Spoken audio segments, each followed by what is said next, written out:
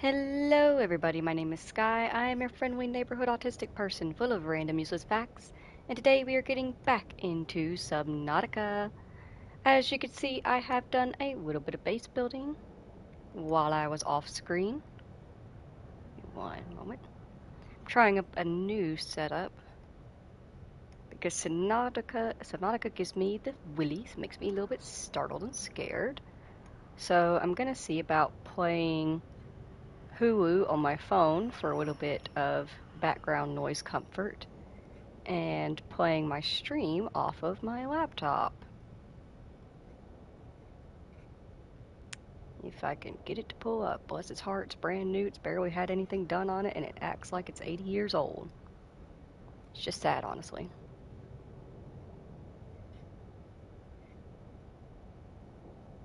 Where did my mouse go? There it is. Got it. Good morning, Jimmy. I do not want to start a poll. Get the chat set up here. I do not want YouTube TV. Alright. Now I have my stream set up over here so I can see if anything goes awry and I can watch the chat. And if you hear any random background noise when I'm talking through the mic, it's the show I'm watching. I'm watching The Orville for comfort and sanity. But as you can see, while I was away, or while you were away, I was at play and I got quite a bit done on the base room that we have. Our lantern trees are nice and big. We have some extra Nemos, just in case.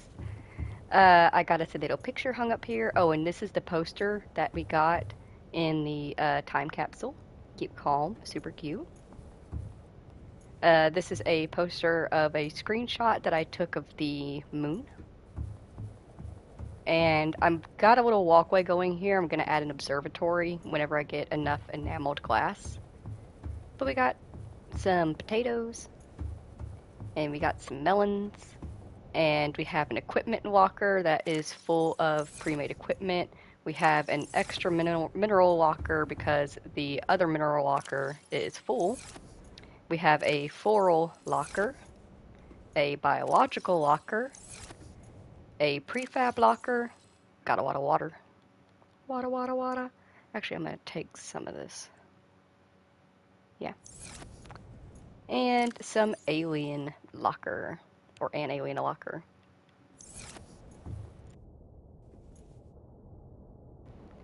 For today's stream, we are going to start out... Oh, and I also added in a glass roof, which is not working the way that I thought I would. Like, when you look, you see those dots flying up there? Those are sky rays, so, like, you can see the sky, but for some reason, I don't know, I guess I, like, got it perfectly in the line of where the water is meeting the sky, so, like, it's kind of doing that. Usually, as long as you can get the very top of the glass roof over the surface, you get a very beautiful view. But, yeah, for some reason that's not working. Also, Jimmy, could you do me a favor real quick and just, like, let me know if my sound's coming through okay, because I have my laptop muted. So I'm just kind of assuming that I'm not talking into thin air here.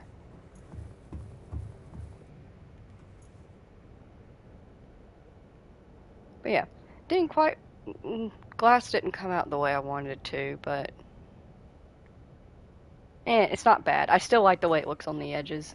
Sound works? Great! Alright, so we're going to be starting off... Oh, wait, actually, I need to pop back in there. We're going to be starting off by going to the Altera ship. And I want to make sure that we have everything that we need. We have a propulsion cannon. We have creature decoys. A flashlight that's fully charged. Scanner's fully charged. We have 3 fire extinguishers, a repair tool that's fully charged, a laser cutter that's fully charged, a thermo blade. We're actually going to leave Nemo behind for safety, and I'm leaving the Sea Glide behind because we technically shouldn't need it. The aquarium back there at the bed is full, so Nemo is going to go down here. There's crackers down there, never mind. No, don't touch me. Okay, so Nemo is gonna go in here. You stay in there, buddy. And we're going to go ahead and get the fire extinguisher placed. Alright, let's head to the ship and start exploring. And I'm going to go ahead and turn on my Orville show now, because we will be entering Leviathan Reaper territory. We will also be getting up close to the terrifying ship, which scares me. What number Nemo are we on? We're on number 4. Number 2 got eaten. Number 3 was the bacteria-covered hoverfish that I'd let it go near the base to swim around till I found an enzyme fish, and picked him up since we lost number 2. And then we found an enzyme peeper, so I did what I wanted to, and I let him go with the enzyme peeper, and it was so cute. I got it on stream. He's following the enzyme peeper around. So adorable. But now we're on Nemo number 4. I expect we'll be on 20 by the time this game comes to a conclusion. But yeah, I am a little bit scared because we will be entering Leviathan Reaper territory, but also the ship just in general scares me. I talked before that I have a fear of things being sunken, and that this...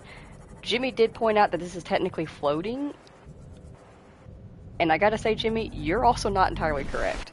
I'm not entirely correct in that it's not sunk. You're not entirely correct in that it's not floating. It's actually that the ship is so massive and it landed in the shallow area, it's mostly sticking out. However, in legal terms, for the insurance purposes of Altera HQ, it sunk. But I think what really gets me about it is apparently there's a type of phobia called megalophobia, or megalo something phobia. And literally what it means is it's fear of excessively large things. Like giant squids. They terrify the hell out of me. And I love animals. Giant ships like this, giant boats, stuff like that. Big objects that are just unnaturally large scare me. So that's one of the things that kind of terrifies me about the ship. I will say it's not as bad once we actually are able to get onto it. Then it's not really that bad a deal. I just saw something out of the corner of my eye that I didn't want to see. But we're gonna ignore it and pretend and hope that it doesn't see me. Stop shaking. Oh god, I hate this. I hate making my way in. This is all sunken. See, this is technically sunken. Okay, so when it comes to the sea moth, we need to be careful when we place it. I did accidentally cause it to get stuck on some land earlier. Putting on my show. But I accidentally, when I was getting resources, I parked my sea moth on the land, like slightly, but it was just enough that it got entirely stuck, and I was at my wit's end of like, fuck, I don't want to have to build another one. Thankfully, I managed to bash myself against it enough to actually get it to unstick. Alright. Bested. Where are you? Where'd you go? Where'd you go? Y'all want to see how this propulsion cannon works? Yeet. Yoink. Yeet.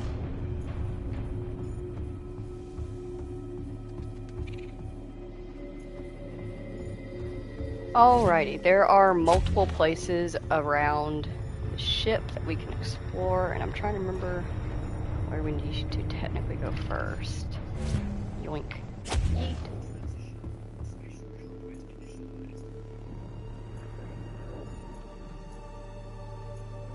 Also, Jimmy, let me know if at any point my show needs to be turned down, because I can never tell if it's too loud.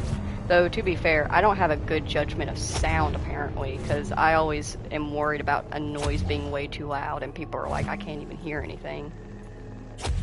And I'm like, what the hell do you mean? It sounds like it's screaming in my ear. I guess I'm noise sensitive. Though I am autistic, that would track. I brought extra batteries with me, right? Ah, shit, I didn't. That's unfortunate. I need to be careful with that propulsion gun then and stop using it to eat the crabs. Will do. Thank you, Jimmy. You're so helpful.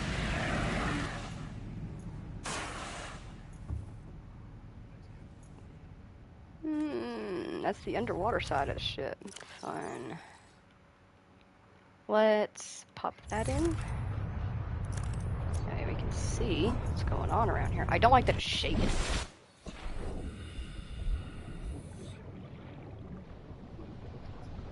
Alright, we got PDA, all abandoned PDAs and stuff like that that we pick up, we will read after we have cleared the ship in total. We have a door here with a code. Well, hell, let's check that PDA then real quick. Make sure that that's not what that is. Nah, I hate that that happens.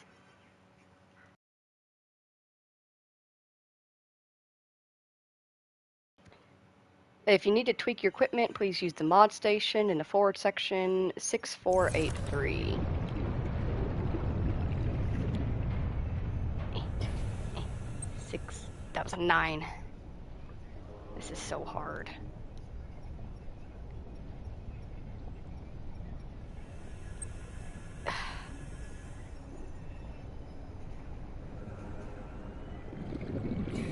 Six, 4, 8, 3. Open. Hell yeah.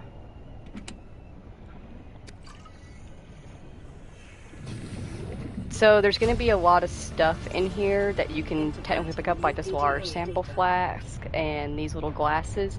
These are mostly decorative items.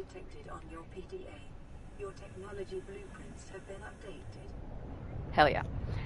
You can technically pick these up if you want. They are not necessarily important to the game. They are just decoration that you can add into your base if you really like to decorate your base and flesh it out. I usually leave them behind, and if I get to a point with one of my bases where I'm like, hell yeah, this is it, I want to live here, this is going to be like my perma base, then I'll usually come back, pick up all these flasks and any decorative items that I want. Let's get out the laser cutter. We'll put it in place in thermal blade. We shouldn't technically need a thermal blade in here. I just bring it for safety.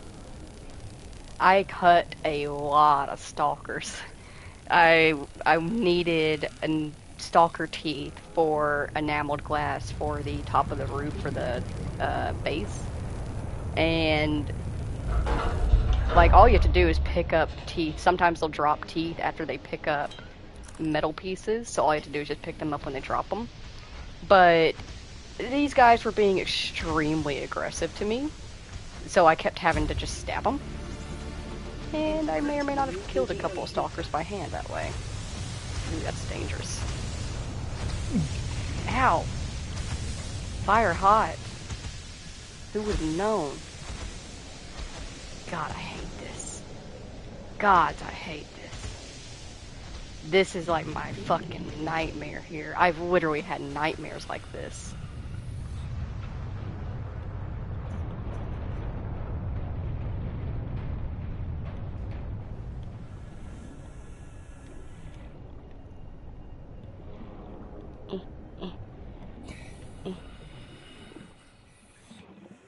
I will say, at least we're technically close enough to the surface that, like, we can get a little bit of air without actually having to fully surface up. Okay. Squeeze through here, I think.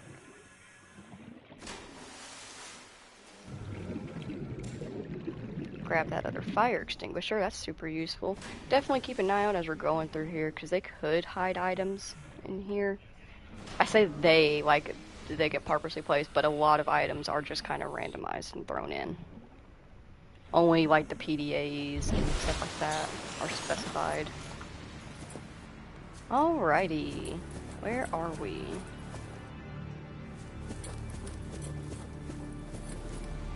There's a locker room here. Damaged wiring.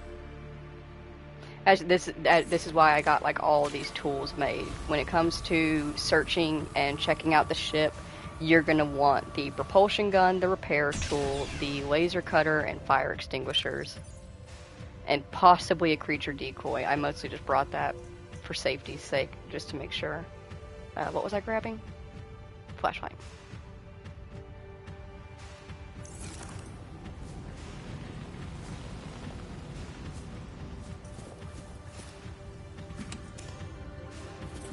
Battery.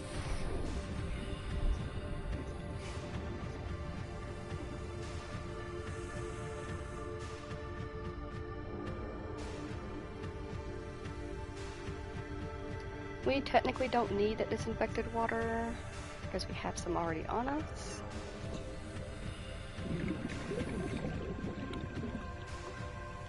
Oh, got another PDA. Integrating new PDA data. Got a medical kit, very useful. Got a battery, hell yeah. Is that another battery? It is, heck yeah. Well, at least I don't have to worry about, like, going and getting others. They provided some for us. As another thing, make sure that whenever you decide to come and visit the ship to have your inventory as empty as physically possible. That's why I left the Sea Glide back at home, because it takes up so much space and you don't really need it in here.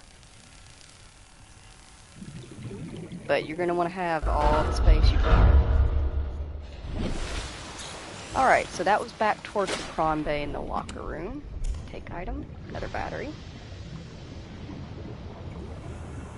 Scans of damage to the Aurora do not match any known offensive technologies. Yeah, we already figured that out. Good job, PDA, though. You did good. She's a little slow, but she gets it figured out sometimes, you know. Alright. Repair tool.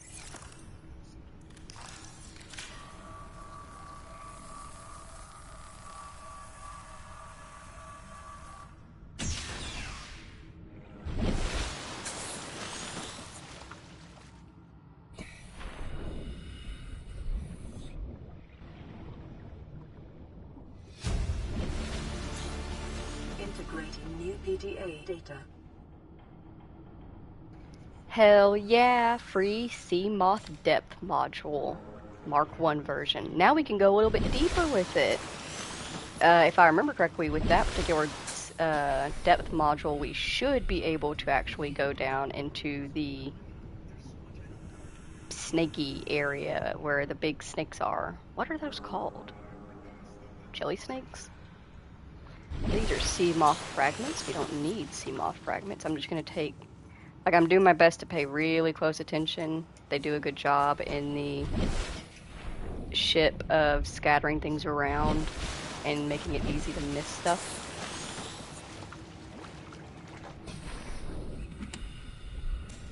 Oh, we have a nutrient block. Hell yeah, I haven't seen one of those in a hot minute.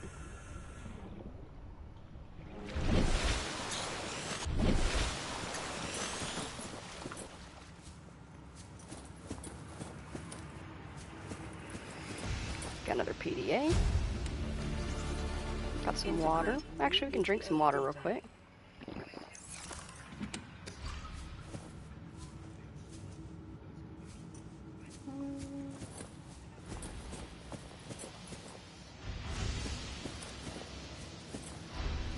Cyclops engine fragment. We don't need that now. We actually managed to find all the Cyclops pieces as well. Though I haven't even checked the mobile vehicle bay to see what we need to build it. I highly doubt that we can build it anytime soon. The Cyclops, the Cyclops is one of 2 end-game vehicles. So while we may have all the blueprints to fabricate it, we probably can't build it right now, even if we wanted to. There's a lot of fire here. Okay. So that's not an option. Guess we're going back. Ow.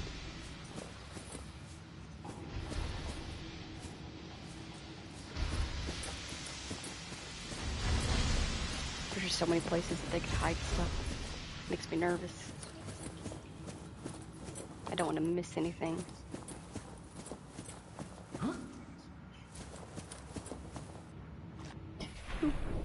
Okay.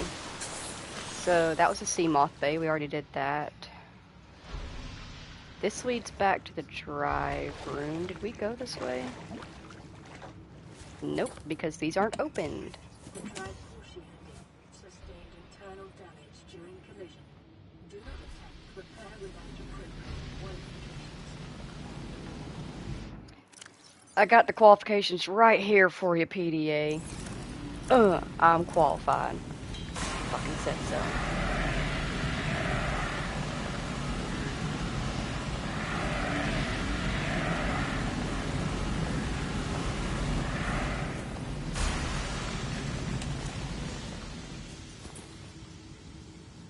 Ooh, that's a little bit scary. So this is the drive bay by the looks of it. Woohoo, scary. Warning, local radiation at maximum tolerable level. Duly noted.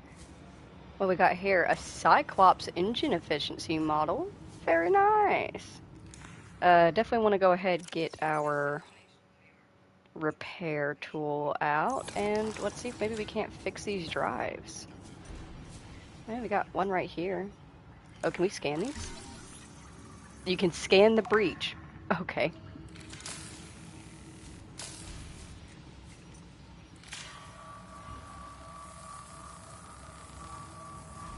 Containment breach repaired. Further breaches detected. Containment breach repaired. Further breaches detected.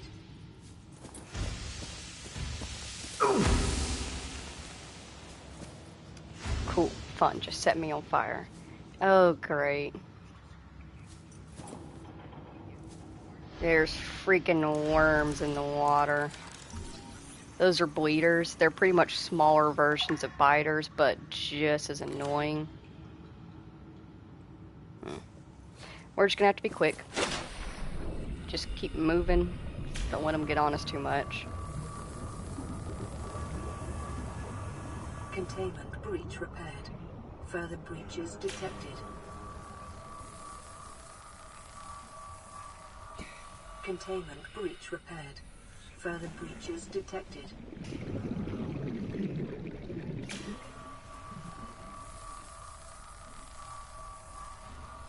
Containment breach repaired. Further breaches detected.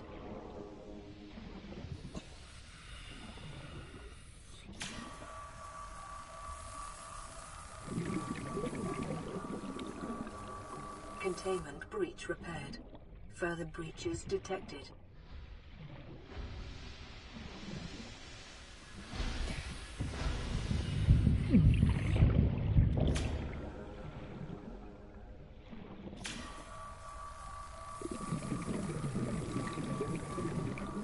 Containment breach repaired. Further breaches detected.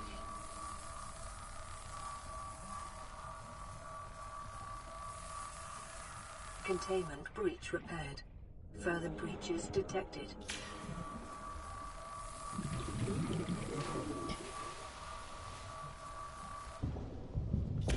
Containment breach repaired. Further breaches detected. Containment breach repaired. Further breaches detected.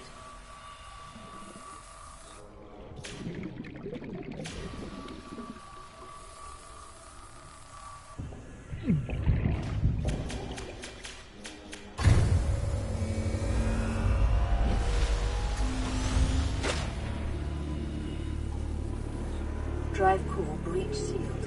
Radiation levels decreasing.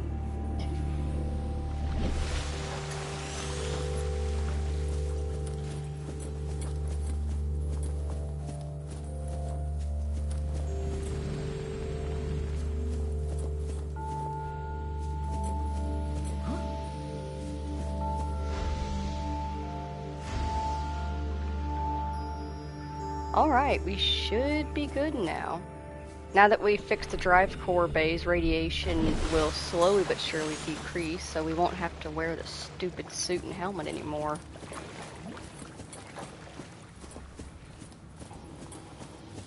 Heck yeah.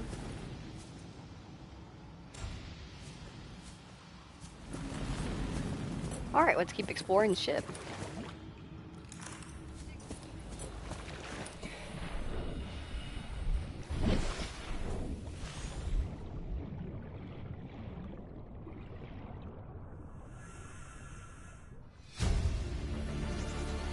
Integrating new PDA data.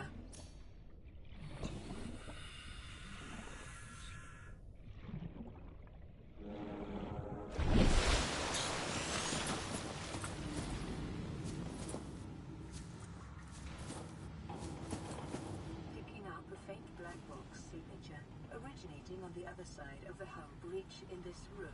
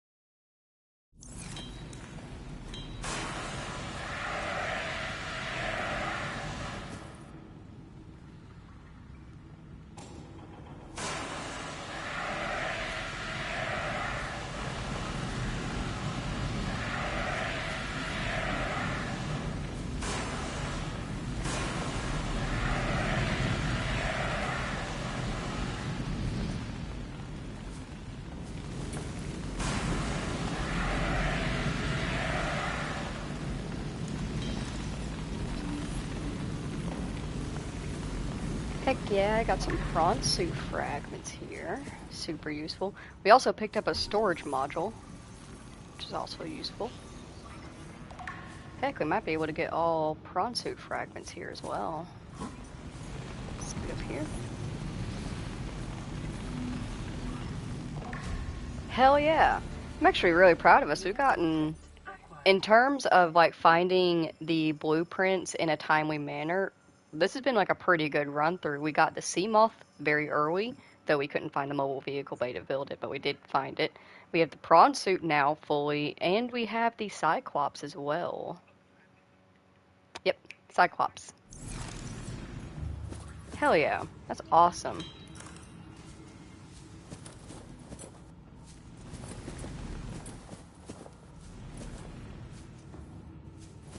Just taking a close peek and make sure they don't have any like cool modules hidden in the fires.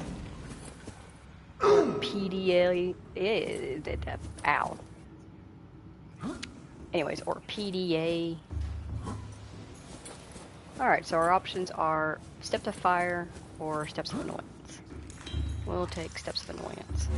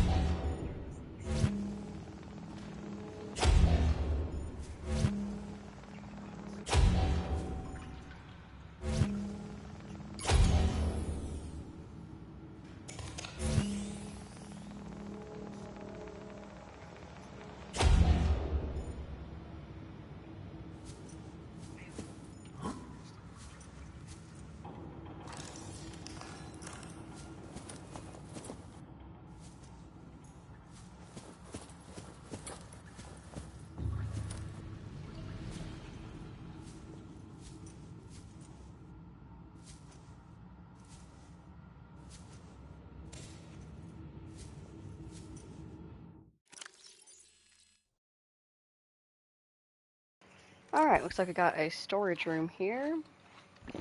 Has some water and nutrient blocks in it. Hell yeah. Over here we have fire. Lots of fire. Looks like there's a cafeteria. Cafeteria.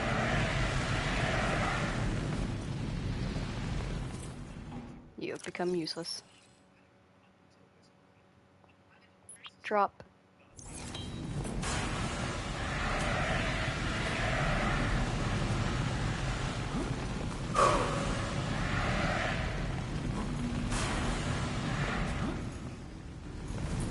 Alright.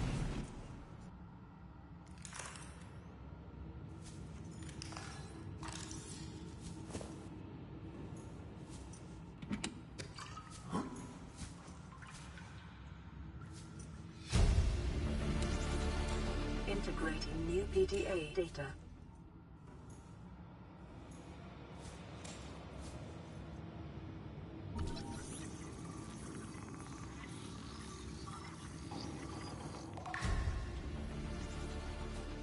New blueprint acquired. Snap Blue. Dinner was chicken and pork with barbecue sliced beef and baked beans, ham and cheese. With baked potato, coleslaw, mac and cheese, garlic bread, biscuit.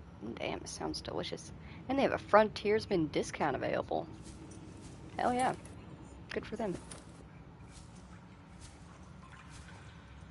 I was gonna say I'm surprised that we can't scan anything in here, but we really did have some decent luck with coming across scattered items. Alright, we have 2 locked rooms and a fire. I don't think putting out fire would do anything for those locked rooms.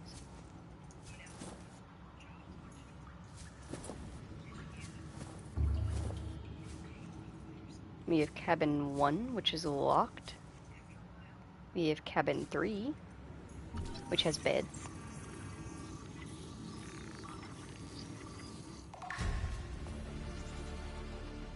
Hell yeah, and a sick prawn suit poster. I'll take that.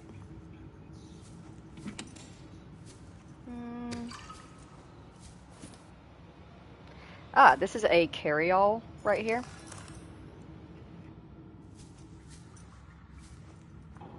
It's literally just a duffel bag, and it takes up, you see it holds like six, 9 spaces. It takes up 9 spaces in your inventory when you pick it up, and you cannot carry it with other items in it. So like I can't place the stuff I have in my inventory in this and then pick this up. It doesn't work like that.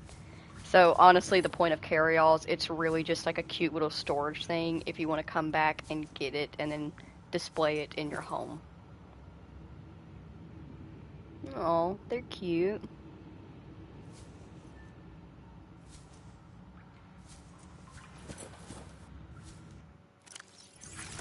Yeah, I think all of them are empty as well.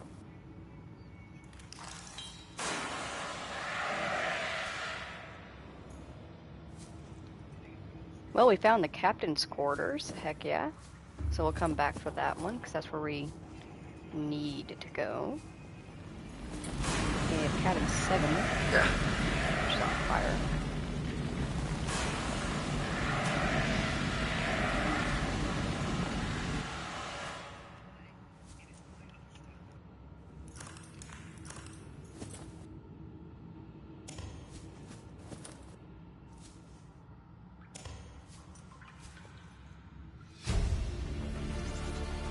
Integrating new PDA data.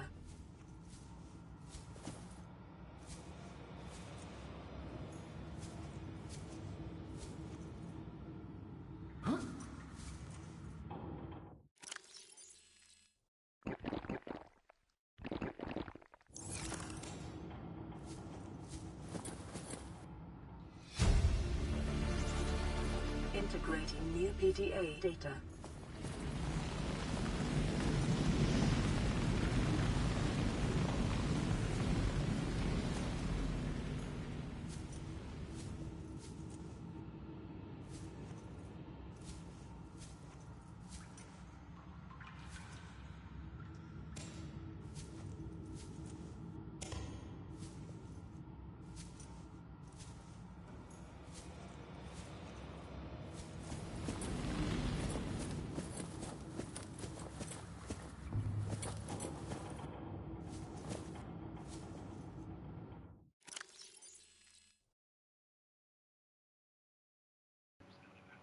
Alrighty. Captain's quarters 2679. It's a 5, 2, 6, 7, 9.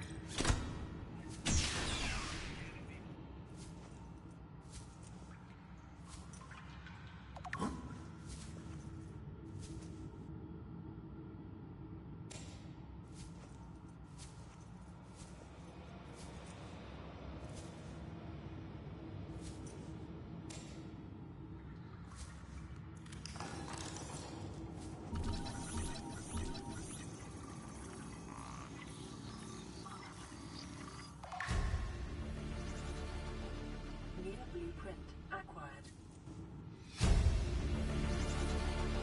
Average long-range transmission delay, 8 hours. Opening last recorded transmissions. This is an emergency distress call. Aurora is on collision course with planet 4546b. Sending all available environmental data. Please respond with rescue solution. Out. This is Altera HQ. Attached to this message, you should find the blueprints for an escape ship that we calculate will be capable of breaking orbit and getting you back to the nearest phase gate. Now, it's designed to use materials you can find in situ, but it's gonna need one hell of a power source. Now, we'll be sure to... Aurora long-range communications really offline.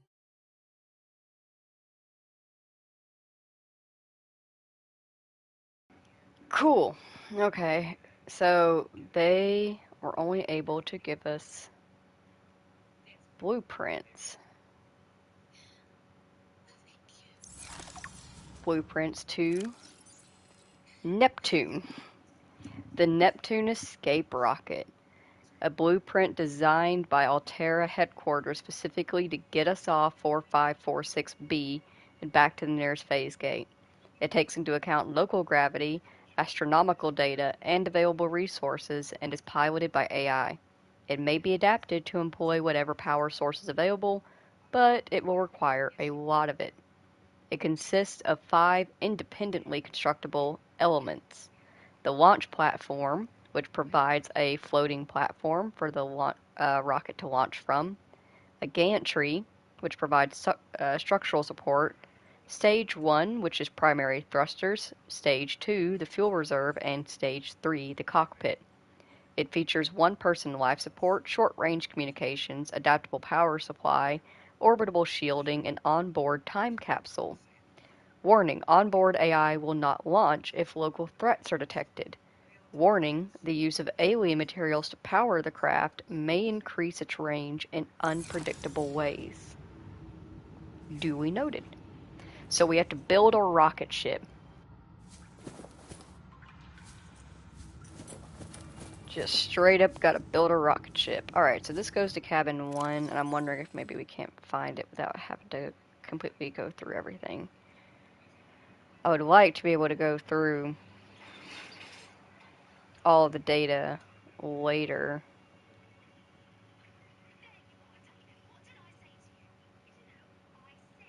I just have to remember it's public documents and Altera. Gosh, there's a lot of stuff here. Well, this is just the menu.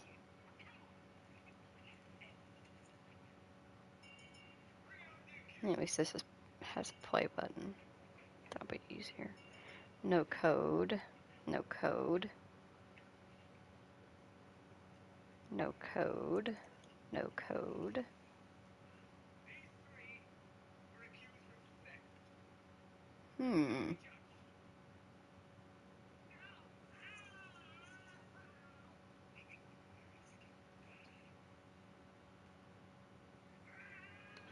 Definitely no code. Ah, here we go. Sweet offer from Huggins to Wilson. You're telling me you've been on this rig more than a year and you never took a ride on the outside? Well, now you've only gone and gotten yourself a friend with the keys to a giant freaking robot suit. We've plain got nothing to do till we get Starside to work on the gate. You want a taste of stars? You've only got to say. My spare prawn suit's got your name on it. You don't know what power feels like till you've crushed an asteroid with your bare, heavily mechanically augmented hands. Want to play catch with a passing meteor? Come by cabin number 1, code 1869. A. 1869.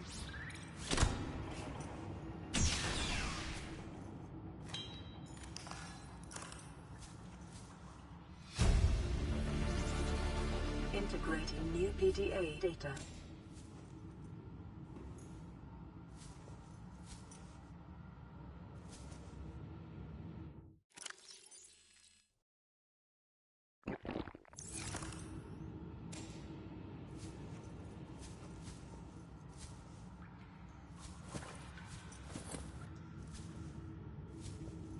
Alrighty.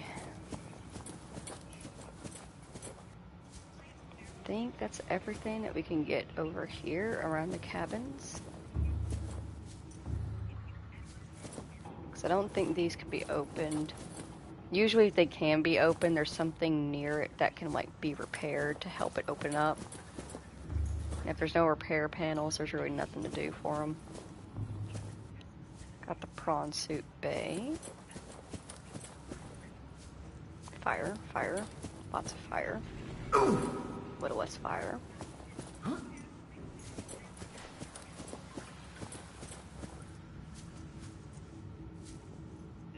Okay, yeah, we came from down there originally. Were we able to go out through there, or do we have to go back around because the way was blocked? I think we had to go back around because the way is blocked. Which is fine. Kinda. Sorta fine if I could find my way through these pipes. Oh shoot, that scared me.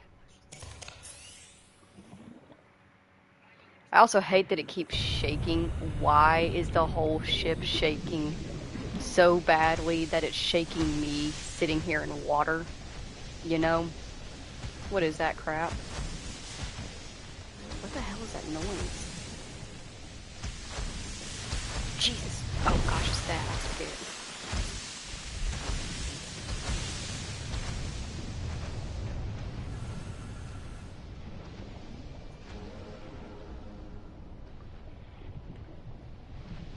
Make sure we're not missing any PDAs on the floor.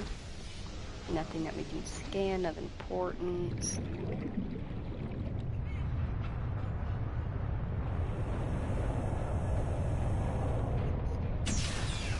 Already checked in here.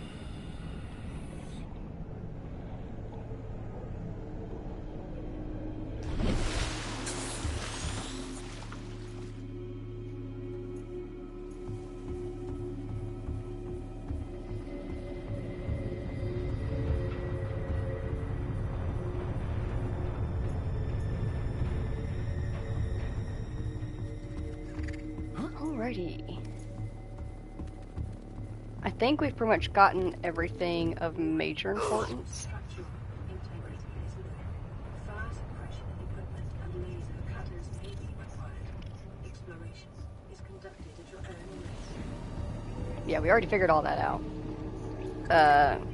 Like I said, I'm pretty sure we got everything we need because there's multiple there's technically 2 main ways into the ship, and I'm pretty sure the route that we came through was Route 1, and the other way through was the one that was blocked. But we'll still head up this way just to check around and make sure that we don't miss any like PDAs or anything. Hi, Munchkin Man. Scans show the digestive tracts of nearby life forms containing human tissues. That's comforting. Thank you for letting me know that. Munchkin Man, get off my laptop, buddy. Mama loves you, but no. I'm serious. No, you cannot get on that.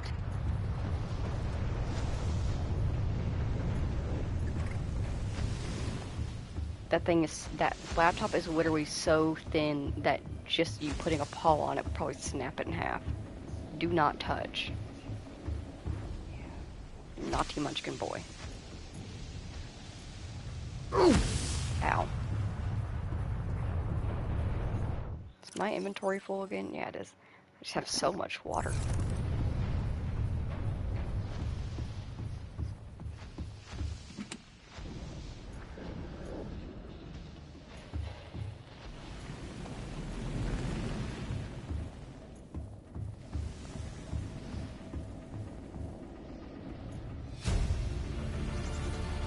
Integrating new PDA data. Aurora systems are running on local reserve power, unable to remotely download black box data.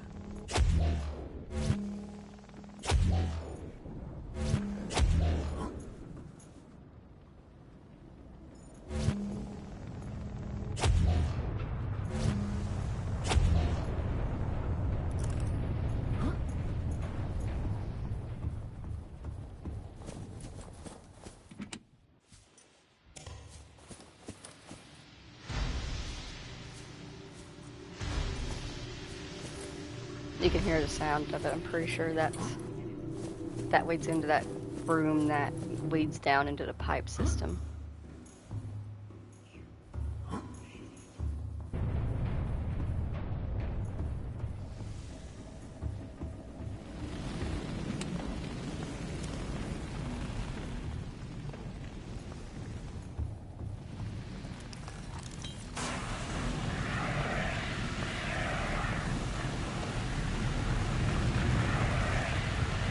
I have a munchkin man. He's so soft and so cute. Hi. And he loves me so.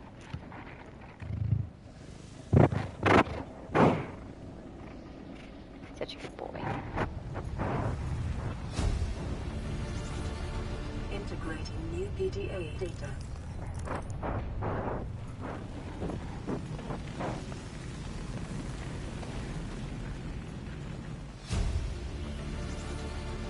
Integrating new PDA data.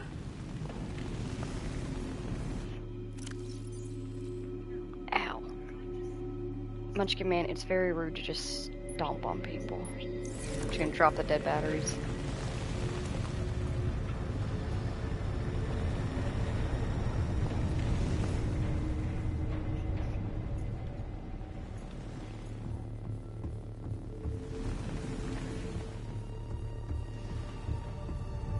I guess we'll check our data and see if we can't find where that code is for that door.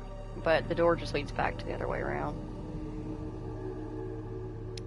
So here we are, finally in open space. We crossed the galaxy to install a phase gate, to send ships to mine resources, to build more expensive ships, to install fancier phase gates. Are we trying to exhaust the galaxy or just ourselves? 1806 is Yu's birthday, 40 weeks before we get home. For 100 weeks, it feels like before we get home. Not enough credits Altera is paying me. In 1454 cargo bay door code.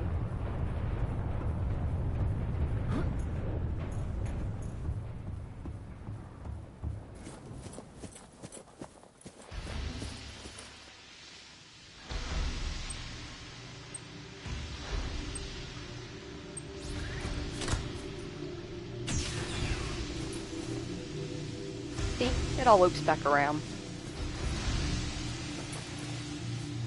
So I think we found everything that we need to on the Altera ship. Aurora, that's what it's called, the Aurora. I believe we found everything on the Aurora. Hell yeah. Now we just need to get home safely with all our goodies. Emphasis on safely.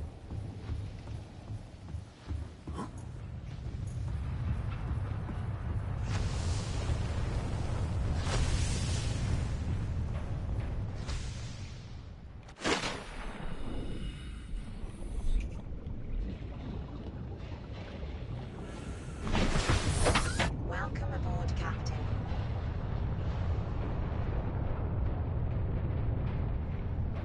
Alrighty. We are gonna head right through that metal piece. We're gonna take a super sharp left, sticking kind of close to the edge. We're gonna stay right on top of the surface, and we're gonna beeline straight for home. Because right past, literally right past the edge of that metal is Reaper territory. And I don't want to bother with them. I just don't. I do not have the proper defenses equipped to the Seamoth right now to handle a Reaper. And to be honest, having it get stuck on the piece of land earlier when I was doing off-screen stuff really kind of worried me, because I just did not want to put in the resources to rebuilding a new one all over again. And if a Reaper were to grab us, that'd be exactly what we'd have to do. It'd probably be no choice, because it would not let us go. Not without a proper defense.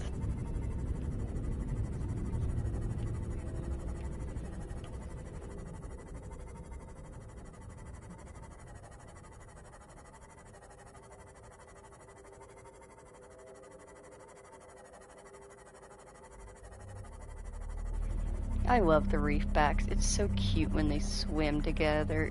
Look at them. Hang on. Let me fix that. Let's see. Proposed Degassi habitat 500 meters.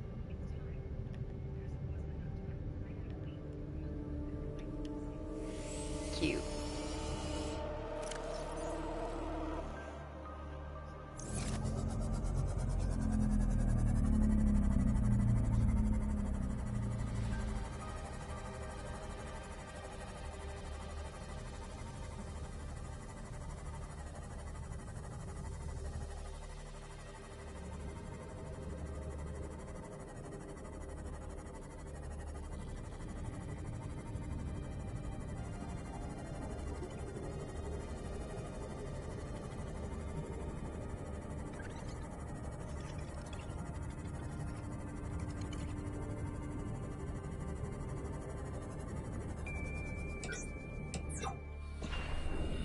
Heck yeah, we made it home. And let's go ahead and access... Not that. Set that back up. Access the upgrades, because we did get an upgrade for the sea moth. We got storage module, which we could just go ahead and pop on there for now. It'll give us some extra storage in the back. And we have the sea moth depth module, which now gives us a crush distance of 300 meters, making it a little bit easier to explore those underwater caves. Welcome aboard, Captain. Oh.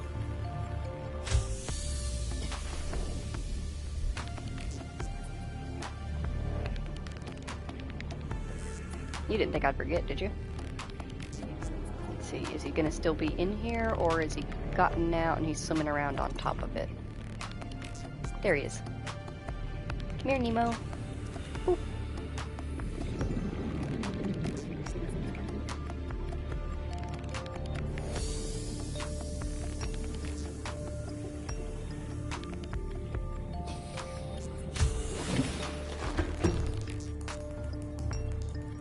Alrighty, at this point, it's just gonna be me setting some of this stuff down and decorating, putting stuff around. I'm gonna add this here, I'm gonna add this here, I'm gonna put this over here. We have 2 prawn suit land and 1 prawn suit sea. Put this one here, this one here.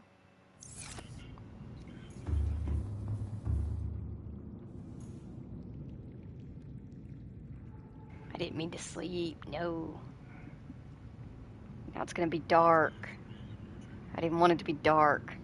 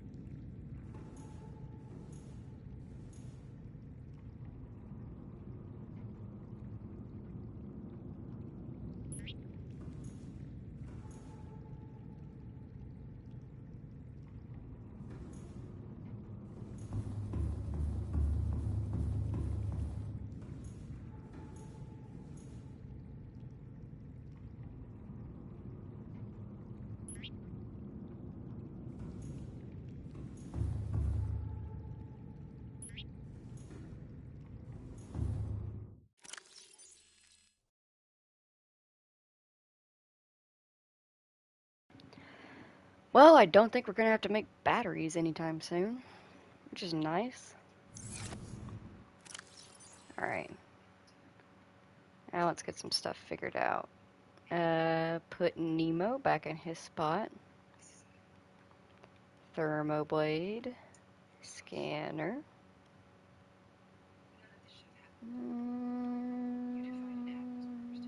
Laser cutter. Actually, no. Propulsion gun. And then grab, I can't remember if I put it in equipment. It's in equipment, yeah.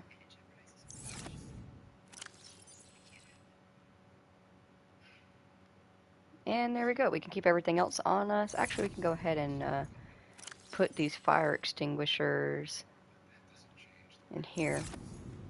Though, one of them is already trashed. Let's see if we have anything new that we could build.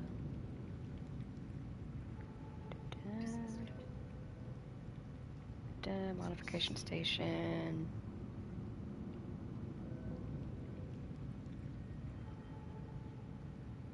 Trash can. There it is.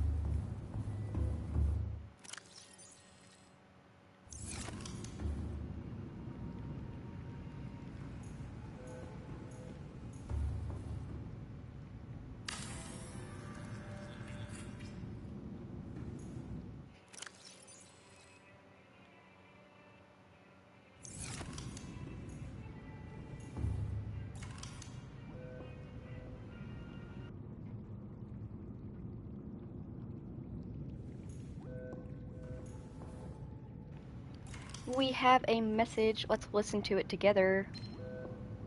This is Life Pod 7. Coordinates attached.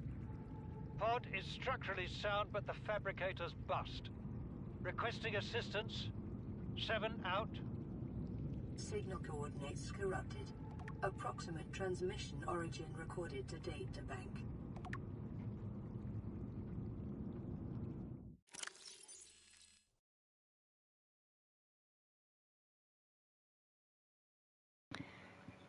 Unfortunate. Crew reported problems with their onboard fabricator sunk to 200 meters in an area of low ecological activity. Transmission origin is approximately 1 kilometer southwest of the Aurora stern section. And I think I recognize where that is. Y'all know where our usual bebopping around area is, the red grassy plateau where the reef backs where I first showed you are. And then there's that big, massive drop off. We saw warpers down there, and we got that warning that there wasn't a lot of ecological things in that area. Yeah, that's where that is. Still doable, though. We'll go through the data that is, like, valid and important for what was needed for the Aurora. Gosh, I'm struggling today. Aurora survivors, Aurora engineering drone. I think, yeah, we got this from there. Exiting sleep mode. Loading voice recognition. Engineer Barclay and Chief Technology Officer you identified. Drone, get me a propulsion cannon. Repulsion cannon retrieved. Hey, Berkeley. Install that circuit box with that repulsion cannon and you'll punch a hole in the cargo bay. Damn it, Drone, I said propulsion, not repulsion. Recalibrate sensors. Senses recalibrated. Sensors aren't the problem. I tweaked the program. It's like you now. It doesn't like being told what to do. Drone, I know... His name's Albert now. Albert, I know it's not your fault, but it would really help me do my job if you'd bring me what I asked for. Thanks for your time. Propulsion cannon retrieved. Thank you. Now go away. Entering hibernation mode. Boss, this hobby of yours isn't making my job any easier. Or safer. Maybe so, but it's all that's stopping me from being so bored I take a spacewalk in my skivvies. Alrighty. Let's see here. Public documents. An Altera Alms pamphlet about how charity is an archaic concept which the realism of today's Altarians has rendered obsolete. However, of course, when it comes to Altera, you should donate to Altera. They're not a charity, but you should still donate to them. That's what that's about. Altera launches the Aurora. The Aurora will travel from a space dock on the edge of Alterra space, making hundreds of consecutive phase gate jumps through 9 different transgov authorities, and arrive on the far side of Eridani, Aradni, I believe, arm in 3 months' time. From there, the command crew will pilot the ship beyond the final phase gate, arriving in the next solar system approximately 18 months later. Yeah, that didn't work out. Relationship contract. Legal recording. Listen, I know I don't have the right to make demands of you, but I need you to understand that I want to change our arrangement. I hear what you're saying, and I will try to respect it. How would you like to change it? I would like to reduce our contact hours. How much further can we do that? To 0. You're dumping me. I'm changing the terms of our relationship. How is it still a relationship if we don't see each other? It's a relationship of a kind. You have so many expectations. I feel you just want to spend more time with that dumb guy in his dumb robot suit. That's not a feeling. It's a judgment. And I feel hostility in what you're saying. Perhaps your jealousy is a sign that you need to take another look at your business model. Why can't you just be happy for me? I am happy for you, and I'm happy for all the guys in the prawn bay. I'm just not happy for me. This is why I want to change our arrangement. What the hell kind of relationship did y'all have? Jesus. Responsible Autonomous Relationships by Jenny Eckhart. All good things in life are commodities. We trade love just as we buy and sell stock. We engage in human relationships when there is a fair exchange of value, support, motivation, affection. Nothing good is ever free. If every physical good in the Federation came from a single supplier, it would constitute a dangerous monopoly. Personal relationships are the same. It is important for people to get what they need from multiple sources. If a person finds a better source of the goods they require, they are not wronging their original supplier by changing their purchasing agreements. If one member of a relationship should feel threatened or jealous, they must look at their own business model and ask whether it's performing competitively. What the fuck kind of relationships did these people have? What the hell is wrong with y'all? Jeez. Okay, on today's menu, the day we went down, our starter was a Space Bear Villouette. Our main was a cottage pie or nutrient block, and our dessert was dried fruits and nuts. But unfortunately, due to a recent accident in Cargo Bay 3, we will not have fruits and nuts. No. Oh no, it actually says that fruits and nuts are the only available dessert for the next 39 weeks. Even worse.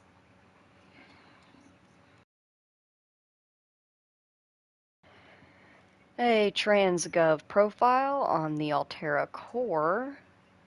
Pretty much just talking about how Alterra was created. Some of the stuff, like this particular stuff involving just like how Alterra was created, I don't care much about for this game because it's not that important for this game. Does that make sense? What can we learn from the hive mind of Strader 6? Blah blah blah. We at Alterra want you to work together similar to that of the individuals of Strader 6. Yep, we would do well as scientists to remember that our goal is not to paint the world as we see it, but to see it as it truly is and work together. Fun. Operations logs. The last recorded transmission we listened to, black box data. Initiated a slingshot remover around planet 4546b. A high velocity energy pulse was detected. An emergency distress signal was sent. Impact was detected. Life pod bays on starboard side were compromised, and outgoing communications were compromised. Okay, so all of the life pod bays on the starboard side are gone. Emergency evacuation initiated. Manual piloting transferred to Captain Hollister. Life pods 1 through 25 successfully launched. Entered planetary atmosphere. Massive impact registered. Drive cord shield compromise. Emergency bounce back received from 8 life pods on planet surface. Human life signs detected over long range at T plus 8 hours. 1. We are the only survivors. We're all that's left. Personnel unaccounted for. Non-essential systems maintenance. Chief Riley Robinson. Altera HQ solution received at T plus 8 hours. Monitoring equipment failed at T plus 13, which is when it blew up. Not much longer after. Shoot. So we are the only ones left alive.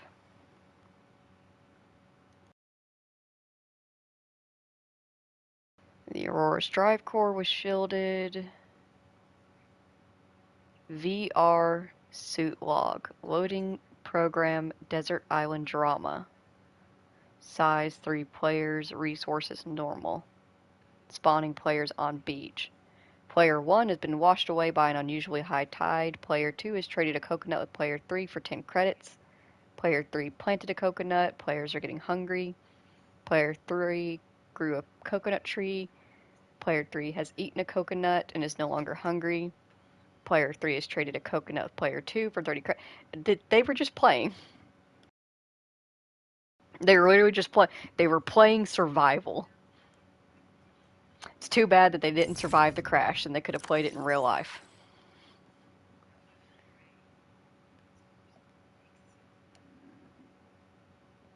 Aurora Auxiliary Mission Order. What? The Aurora had auxiliary mission orders. A mission of search and rescue. The target was the crew of the Mongolian vessel Degassi, with the last known position being on 4546b.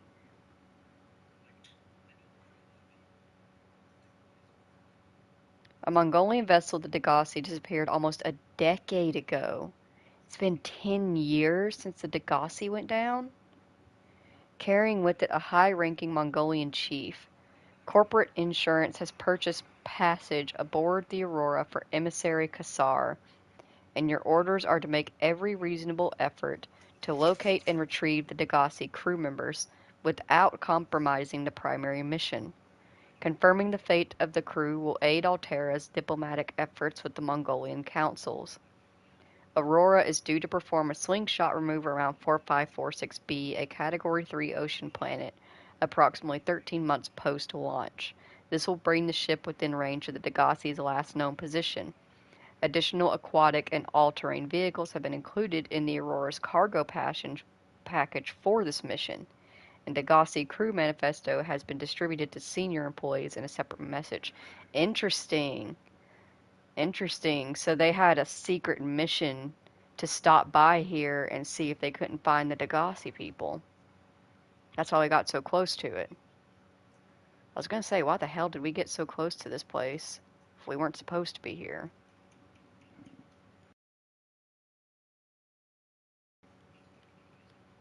Interesting. I think that's everything that we picked up from there.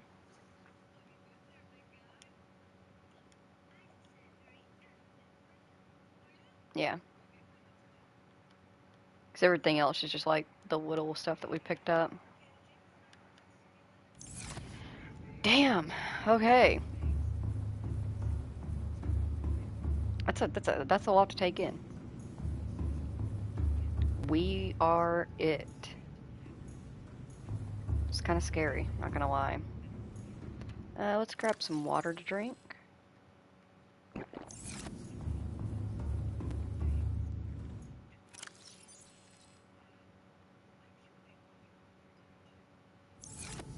And even though it's dark out, it's gonna be dark where we're going anyway. We could just go and explore.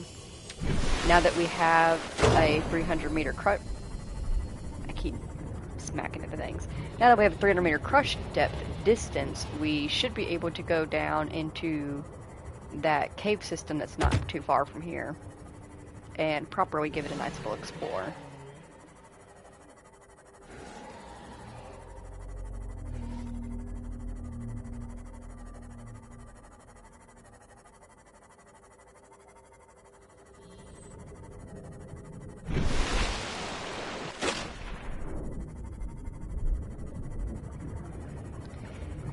If I could just find the entrance. What is it about the entrance of this cave that I can just never spot it on the first try? I always have to bebop around for a while.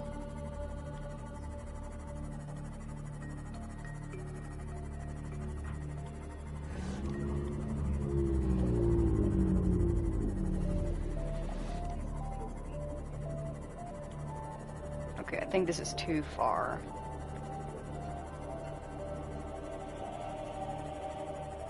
I'm actually pretty sure I did literally exactly this on the last stream, where we went down there to get that Degassi base. I was also looking for it, and I went in that same direction and said too far, and then spun around and spotted it. So it's somewhere along here.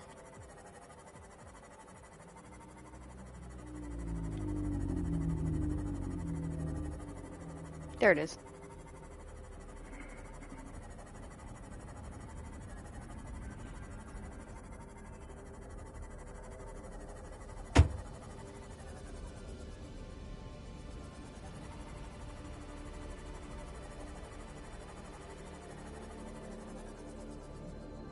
Alrighty, now we can actually safely do some exploring down here without having to worry about being crushed to death. Well, at least not by the depth distance anyway.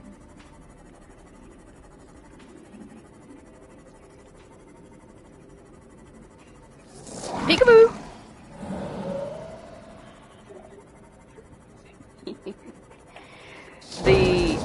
These particular snake guys, they're pretty chill. They're only really dangerous if you get out of your sub close to them. But even then, they're not nearly as bad as other predators, as a majority of the time, they just give you a little nip and then pass back inside. Let's repair that, because I kind of bopped it around too much. I'm why we can't have nice things. Passing 200 meters. Oxygen efficiency greatly decreased. Hell, does that even matter now? I was gonna say let me try putting on my rebreather, but I'm not carrying it with me because I gave up carrying it because of the radiation. It's still gonna take some time. I will say, radiation is actually actively leaking from the Aurora. Once it blows up, the longer it takes you to fix the drive core, the more radiation is leaked. The longer it takes it to heal, the more it damages the ecosystem and affects your resources. So, fixing the drive is an actual thing that you should do if you want to have a nice fun game. However, people have wondered, what happens if you don't fix it at all, and you just leave it for days and days and days. One player, if I remember correctly,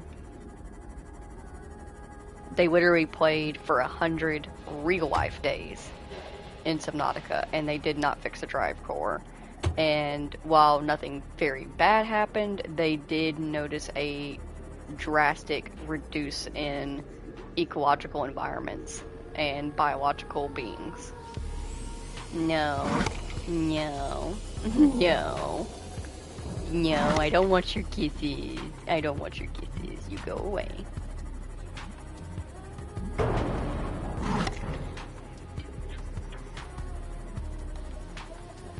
He does a pretty good chunk of damage. Already got us down to 38%. Munchkin Man, now is not a great time. I'm trying to pay attention to everything going on around me.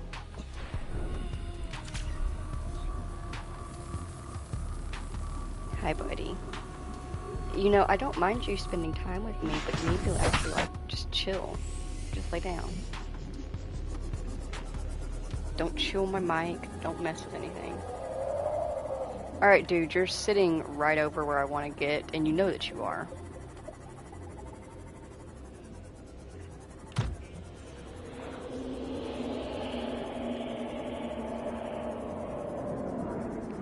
Getting your thing. There you go. You too. Getting your jelly shroom thing. There you go. Medical.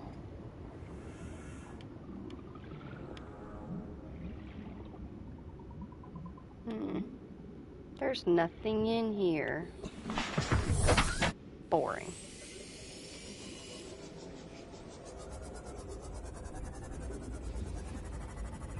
Got some thermal activity. Neat.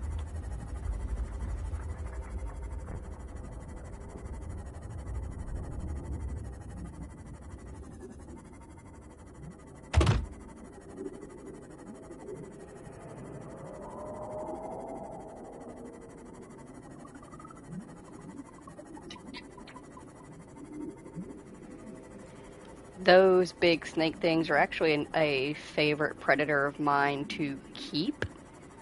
Obviously, right now, there's no reason for us to have creature eggs, as we cannot do anything with them. We can't hatch them or anything. But when we do reach that point, you can actually find the eggs of these beings inside of these jelly pods, which is why they're so protective of them. And when you when you collect a few of them and let them hatch, you can actually take them outside of the containment and let them go around your base, and they will be cordial to you. They will not be aggressive with you in any way because they were hatched by you. They get just as large as they do down here. So depending on what your size, the size of your base is, they can actually be bigger than your base. And because of the way physics works in Subnautica, they will just glide right through your base on occasion. Which is honestly a little bit fun. I very much enjoy having them hang out around my base. They give me a little bit of entertainment, you know. And they make me feel safe. They're pretty scary looking. You see that down there? That little spot? That's their egg.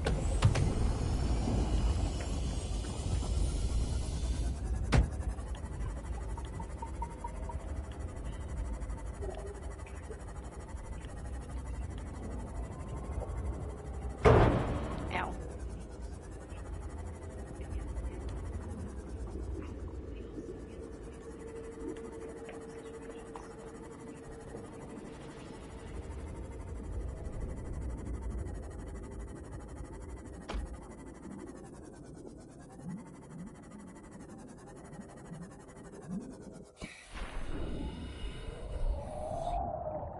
Signal location uploaded to PDA. New PDA data. Integrating new PDA data.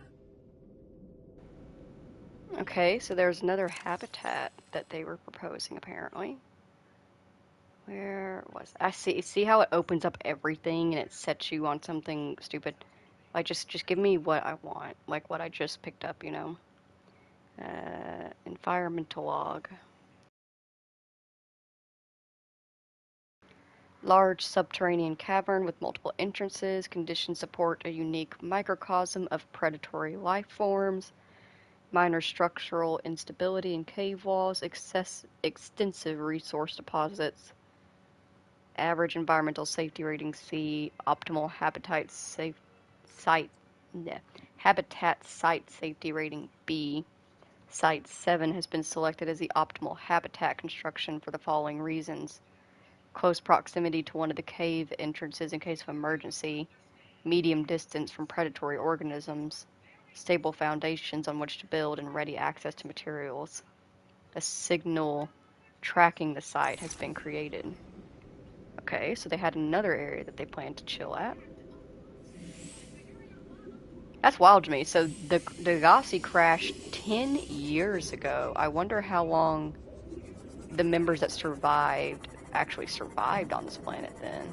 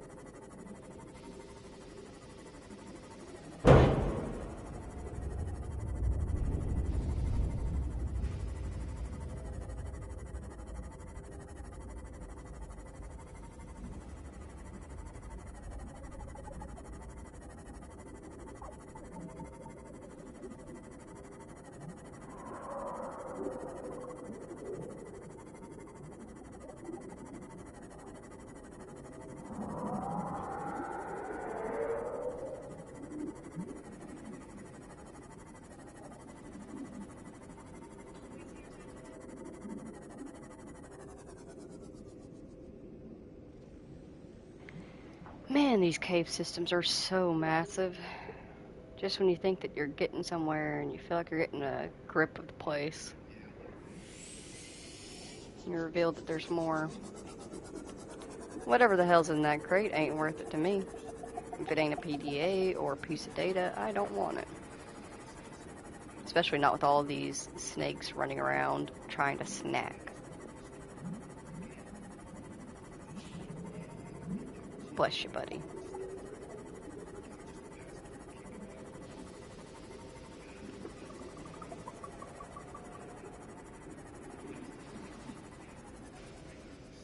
Wait, did that data reference package just send us back over to this that we already found and knew it existed?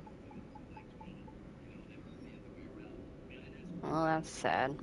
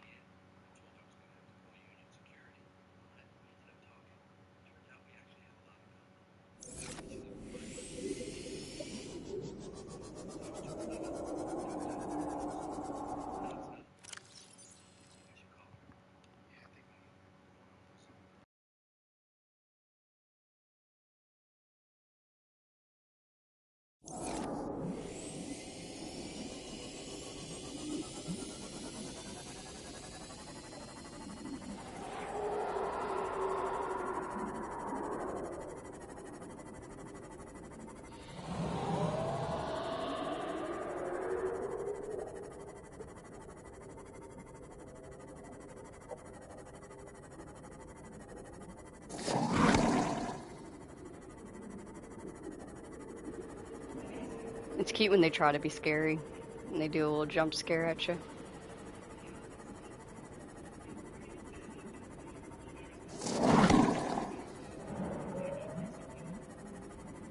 And that one actually got a chunk out of my... They do some pretty decent damage to the sea moth, I won't lie. I'll give them that much. When they take a bite, they take a big bite.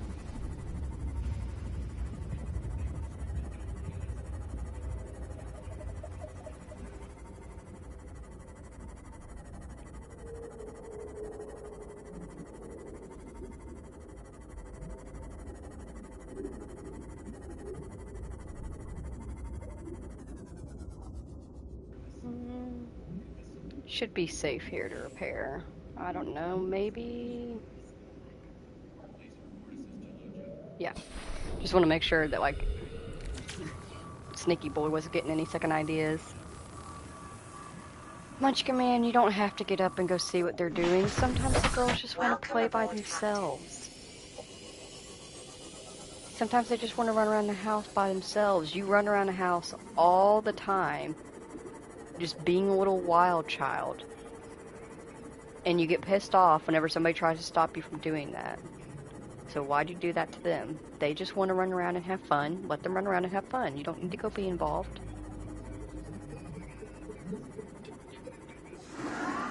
Alright, I think we've explored everything that we can down here in this cave system.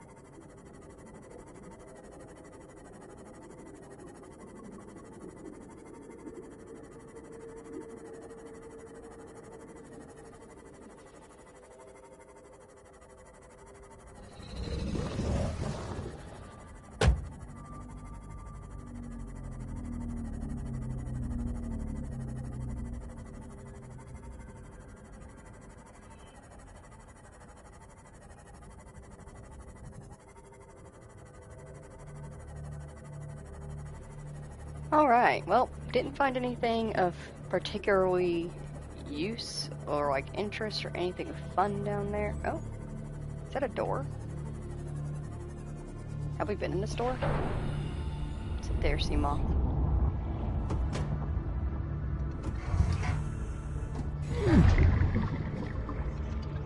No, we haven't. Integrating new PDA data. The Degassi crew manifest of Paul Torgal. Fell out of contact with Mongolian authorities close to a decade ago. And just his background. Age at time of disappearance, 79. Oh, actually. Interesting. So the status for the Degassi crew is lost in space near planet 4546b. They don't know they came down. Got some items, got some medical equipment, got a beacon fragment, which you don't need. Oh, we have a repair.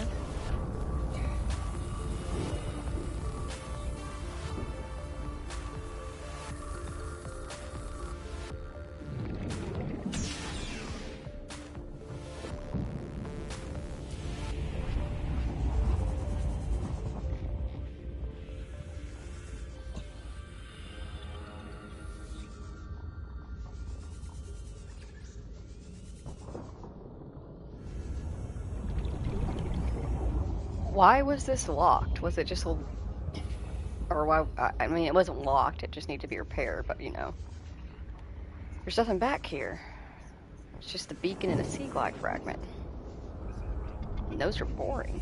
So we already have them. Still.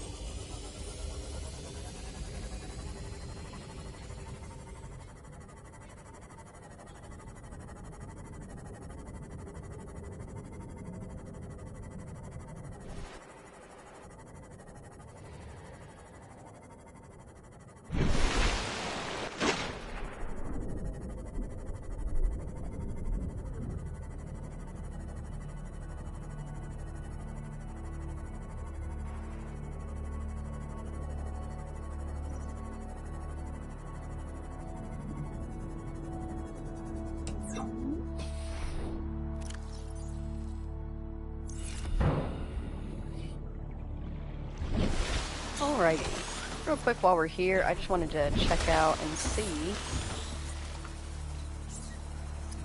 vehicles. Cyclops. Cyclops involves 3 plasteel ingots, 3 pieces of enameled glass, lubricant, an advanced wiring kit, and 3 pieces of lead. Only thing that might be a pain in the ass to deal with is the advanced wiring kit. But everything else should be manageable. When it comes to building these massive pieces of vehicles like the Cyclops and stuff like that, what I'll do is I'll get the resources for them off screen and I will set them in a separate locker just for vehicle stuff, and we'll build it on screen, but I'll gather resources off screen. We also have the prawn suit, which is 2 plasteel ingots, 2 pieces of aerogel, enameled glass, diamond, and lead. Aerogel is going to be the only issue for that. And the Neptune launch platform, which is 2 titanium ingots, a computer chip, and 4 pieces of lead. That's actually doable very, very easily. I already have a titanium ingot chilling. Have most of the stuff to make a computer chip already as well. We should have plenty of lead. But fuck, y'all want to build the Neptune platform real quick?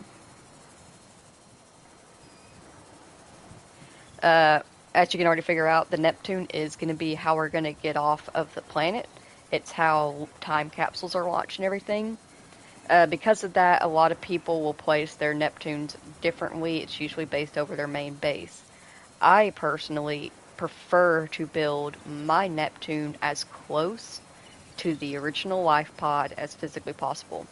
Because even though everything else about the environment, other than, of course, the map itself, is random, where your ship and where your life pod lands stay the same.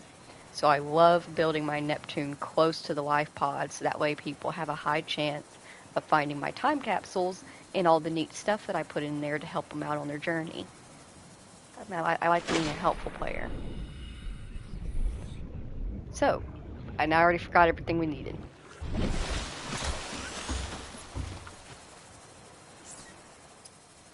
Calorie intake recommended.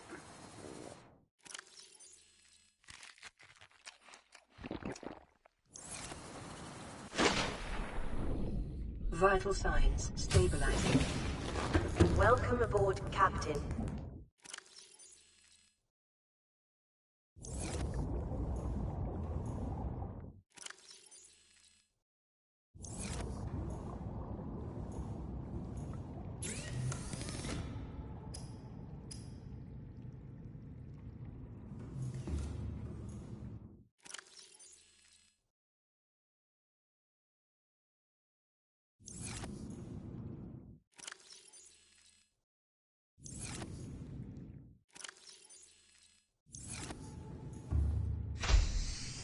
Alright, so I need a piece of table coral,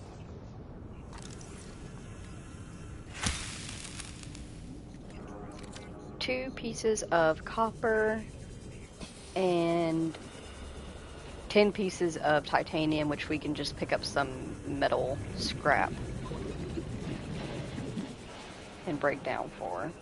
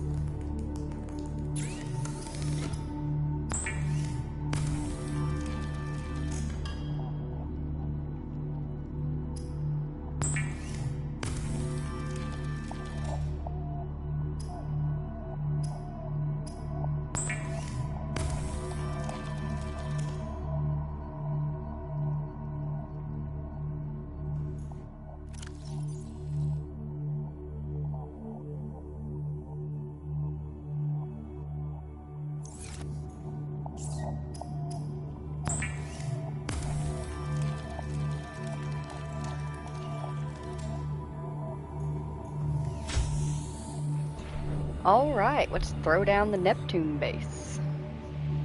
We should be able to put it right where it already is located. Or like, shouldn't have to move a thing to do it. Cannot build here. Must be constructed in deeper Alright, so it water. does have to be a little bit deeper. But I don't want it to be too far.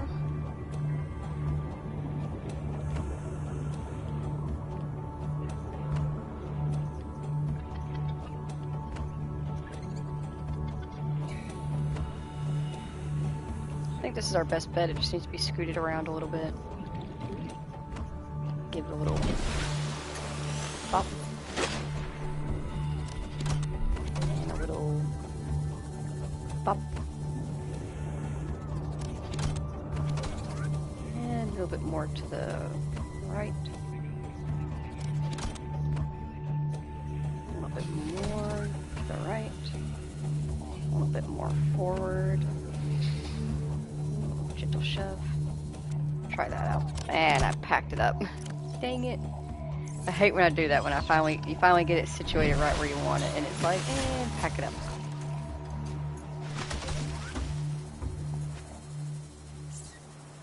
Cannot build here. Must be constructed in deeper water. How deep do you need it?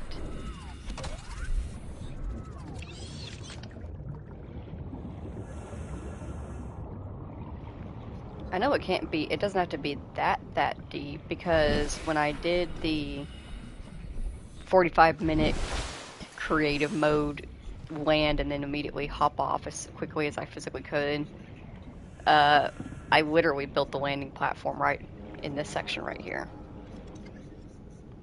So it doesn't need to be that deep. I'm wondering if maybe it's just like where it's located is weird.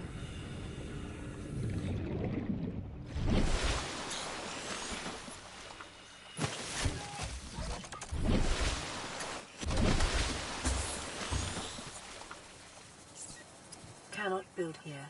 Must be constructed in deeper water. I wish it would just let you know where it is, like what the drop-off point is, you know? Like, don't even give me the option to build it if it's not deep enough to build it. Our base is right there, life pod's right there. So maybe right about here?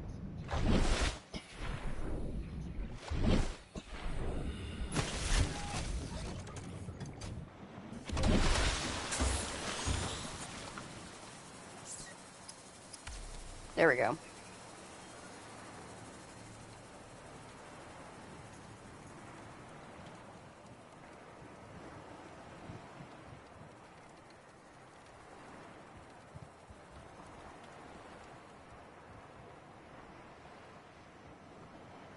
Oh, just a quick warning, there might be a super big splash.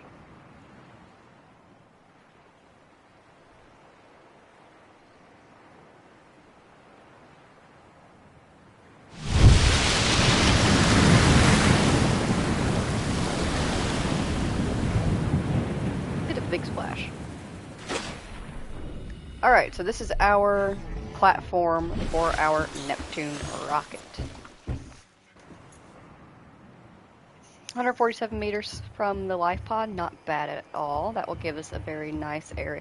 And it's right next to the kelp forest, which is usually the kelp forest is like the first place the Subnautica player, new or veteran, will travel to. So this is the perfect place to launch from. Was that a stalker?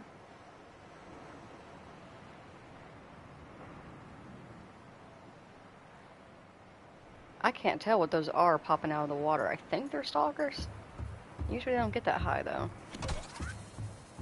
This is where we will continue to build our Neptune from this plot right here.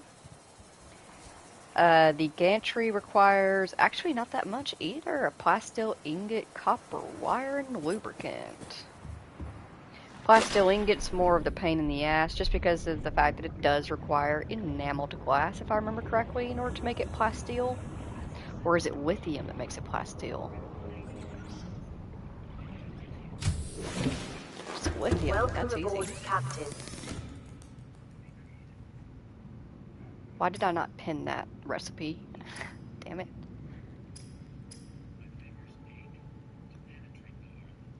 Oh, okay, so yeah, it is lithium. So we just need a titanium ingot and lithium, so that's easily doable.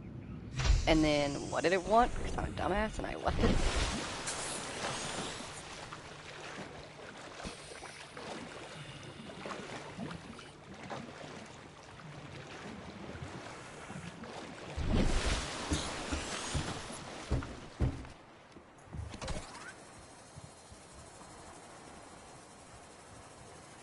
Okay, so we need 2 pieces of copper, some titanium, and the lubricant I think I already have made.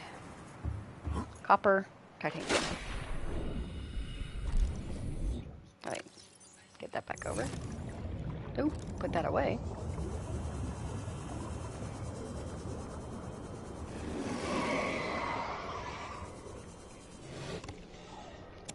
Y'all are always keeping metal salvage around you. You don't mind me taking a few pieces, it's fine. And copper, copper, copper, copper. Ooh, is that stalker tooth? Hell yeah, grab that.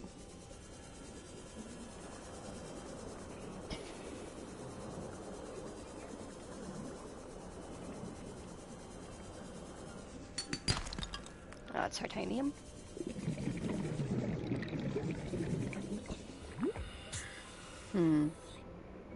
Let's go check out the reef backs. Maybe reef backs are not the worst place to look for copper. They have barnacles on their back, and while occasionally the barnacles can drop titanium, they have a higher chance of dropping copper than the limestone outcroppings that we break open. Where's my reefies? I hear you.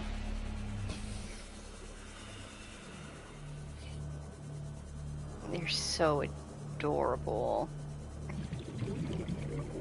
You're getting a little bit close there. You're gonna bump them out of the way. Alright, let's see if anybody's got some copper hiding amongst them. There's a barnacle.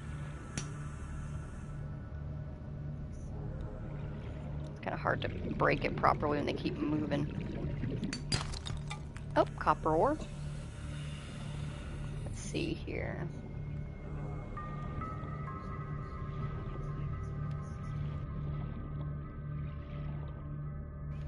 You didn't have many barnacles on you. You're pretty clean. Very nice. Hell yeah, copper ore. See? The barnacles of the reef backs are a very good place to check for copper ore. You have a much higher chance of receiving it.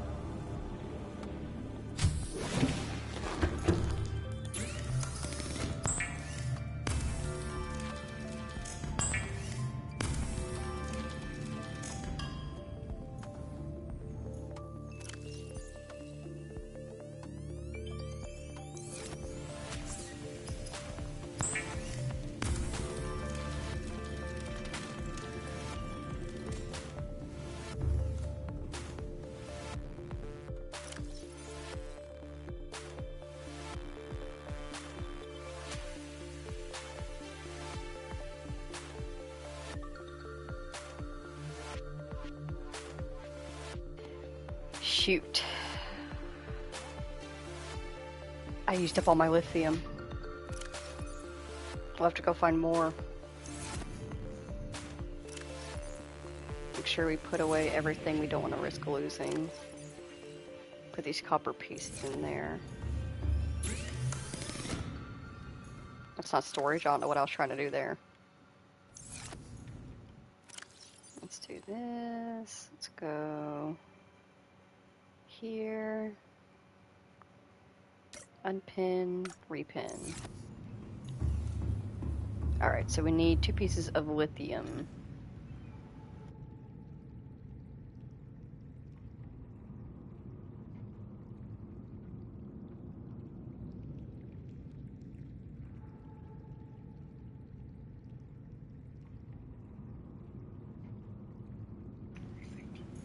We had some oddly decent luck finding lithium pretty early on. Let's hope that luck holds out. Welcome aboard, Captain. Head this way and see if we can't find something.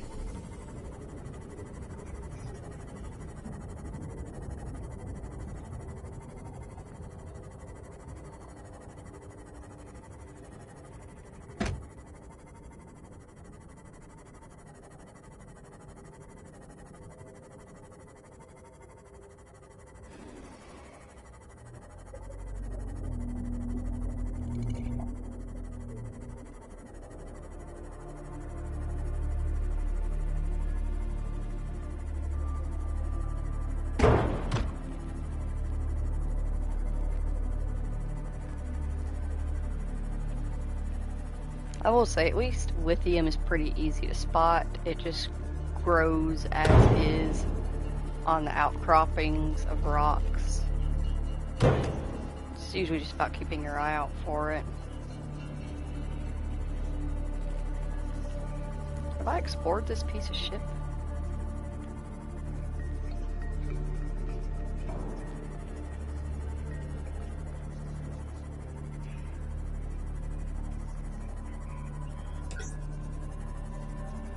I have not. That's an unopened case in there.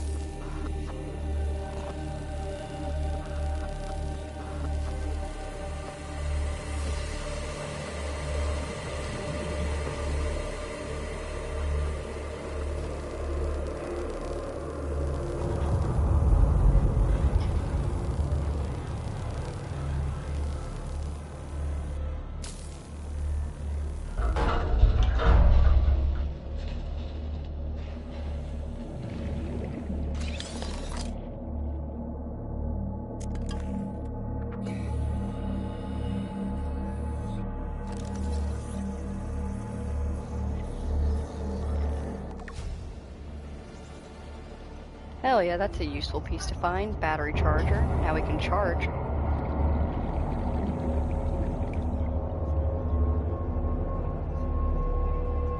Okay. Anyways, now we can charge our batteries. Passing 100 meters. Oxygen efficiency decreased. Actually, I probably shouldn't have come down here without grabbing a breath. 30 seconds. Mm-hmm.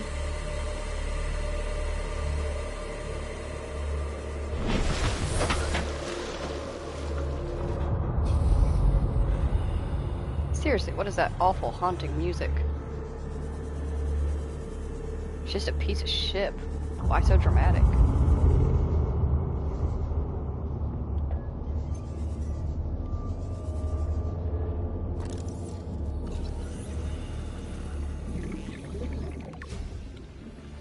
Hell Yes, we got the modification station.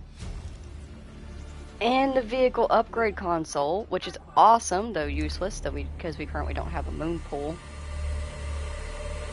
But when we get the moon pool data in its entirety and can build one, the vehicle upgrade bay will allow us to build upgrades for our vehicles. The modification station allows us to take those upgrades and amplify them into even better upgrades.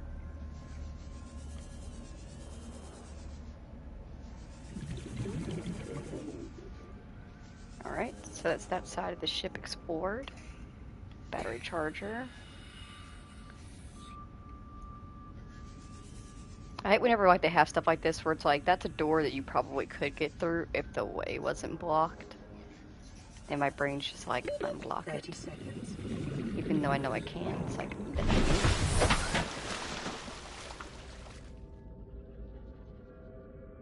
Seek fluid intake. Vital signs stabilizing.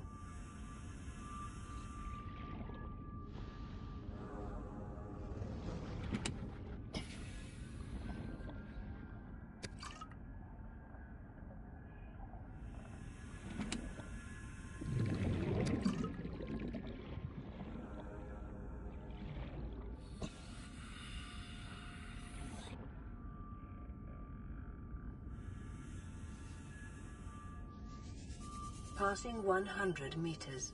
Oxygen efficiency decreased.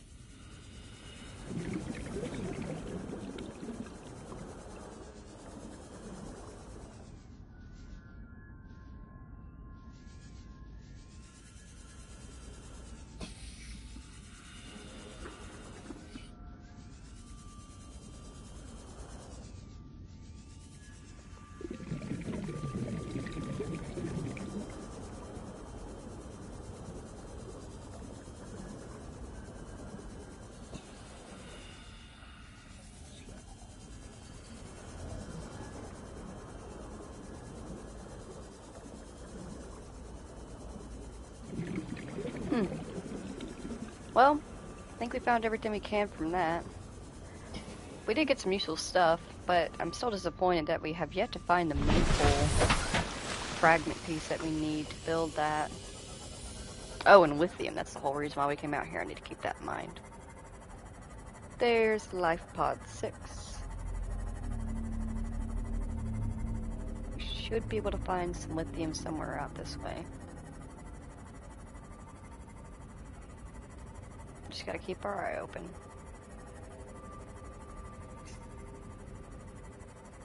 Jelly rays, jelly rays. I do so love the jelly rays.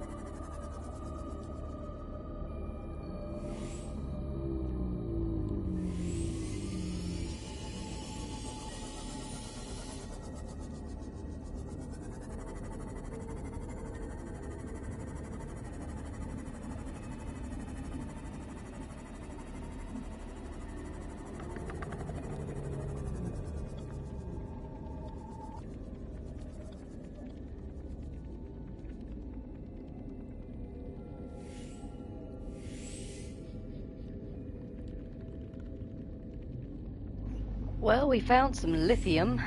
It's just not lithium that we can access. We don't have anything we can drill with.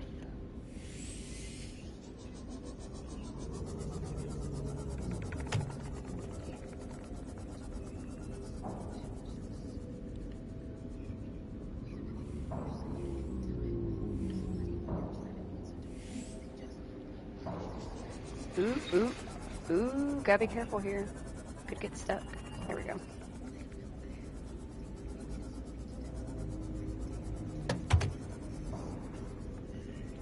Well, there's lots of shell outcroppings here, so we might as well break open some of Passing those and see if 100 maybe we get meters. a little bit Oxygen lucky, but efficiency decreased. looks like this is the best lithium deposits we're gonna find, and we can't even access them. Where did it let me out of? I'm so turned around. There it is. Gold. Ah, lithium. Passing 200 meters. Oxygen efficiency Diamonds. decreased.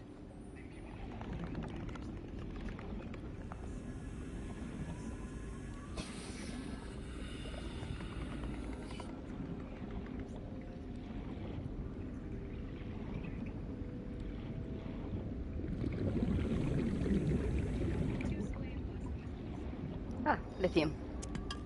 Hell yeah.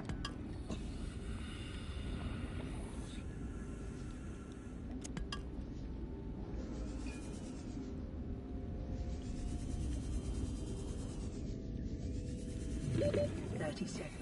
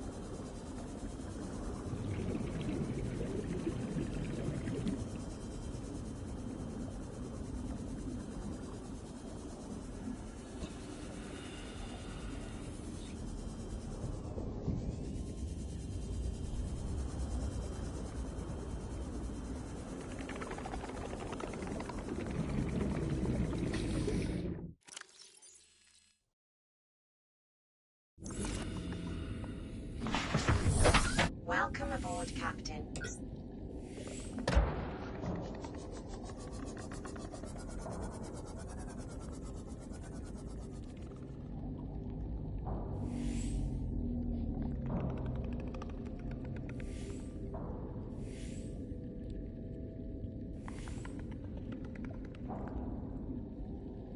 I have made a mistake in that I can't remember how I got in here.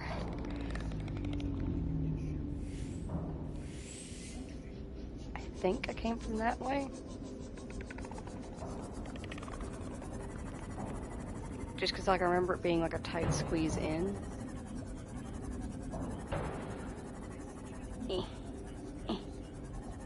There we go. Let's do some repairs. I will say, at least we're in like a nice place. The only thing down here with us are the shuttle bugs. And they're just chill.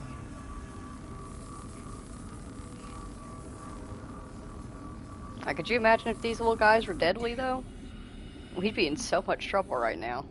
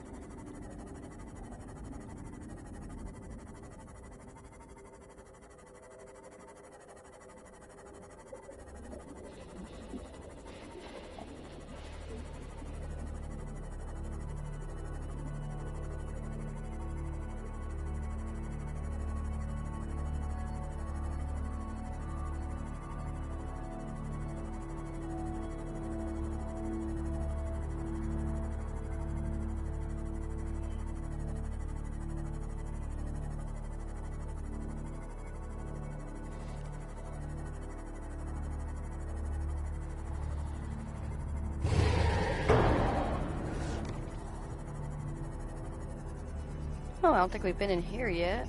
It needs to be laser cut open, and it hasn't been yet. Make sure that stalker's not going to be annoying.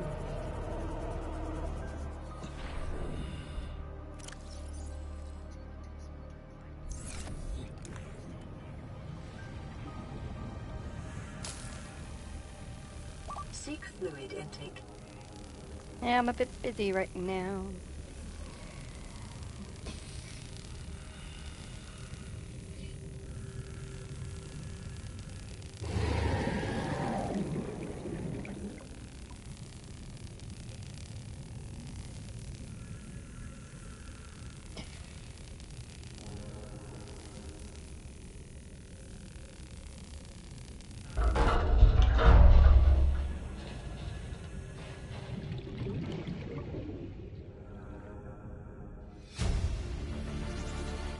Integrating new PDA data.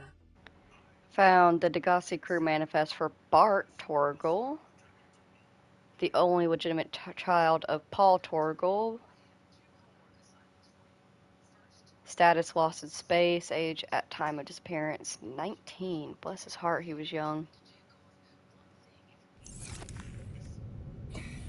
I'm ready for Marguerite. I want to find Marguerite. She seems like a really badass person. I want to know what her story is. I don't think there's anything to scan in here that we don't already have. And this just leads back out into the open.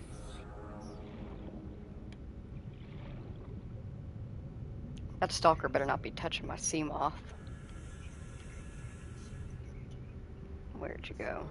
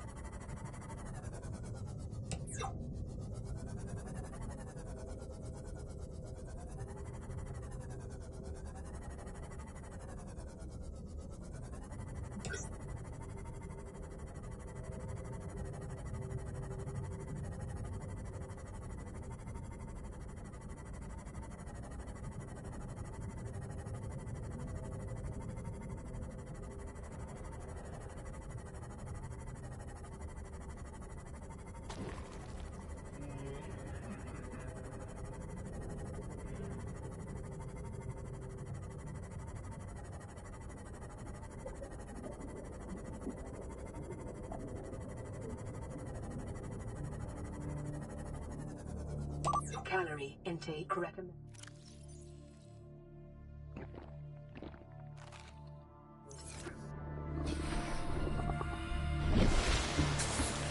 Vital signs stabilizing.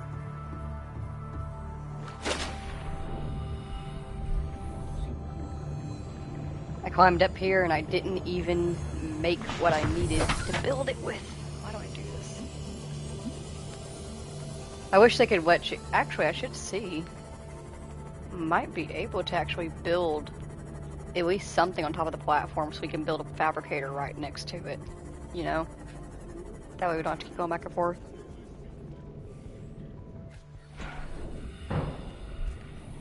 For a second there, I thought you were abbreviating Margarita. Yeah, her name does. It's even spelled kind of similar to Margarita. It makes me think that whenever I see her, or whenever I see her name, think about it. Margarita. But it's Marguerite. I think her actual name is Maida, but she doesn't like going by that, I guess, because they only refer to her as Marguerite unless they were talking down to her, and then they referred to her as Maida. I noticed that. Titanium. Wait, we don't need the titanium because we already prefabbed the ingot and the lubricant.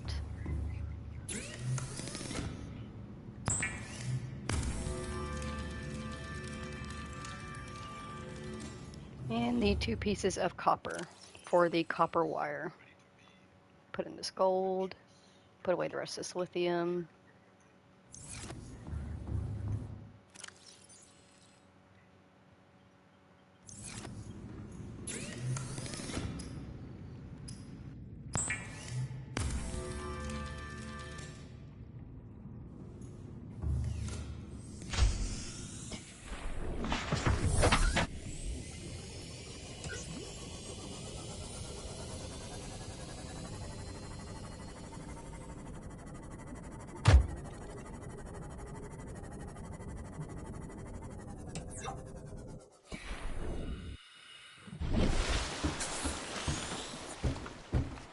All right.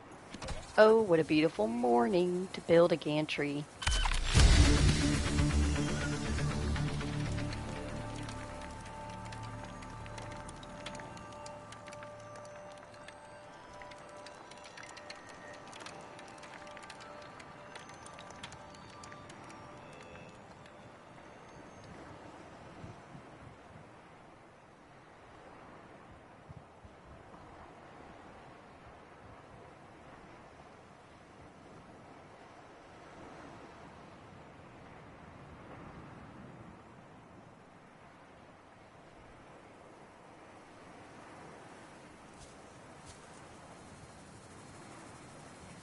Alrighty, the next part to build will be the Neptune boosters, which involves a plasteel ingot, nickel ore, aerogel times 2, and wiring kit.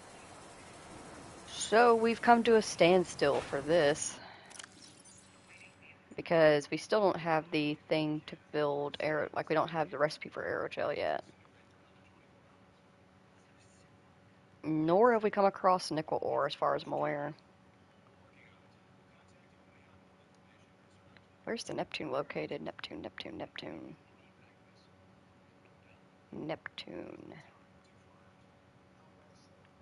Am I just like passing right over it? I am. It's in the mobile vehicle bay apparently. Unpin that. We don't need to pin the Neptune boosters right now, since it's going to be a minute.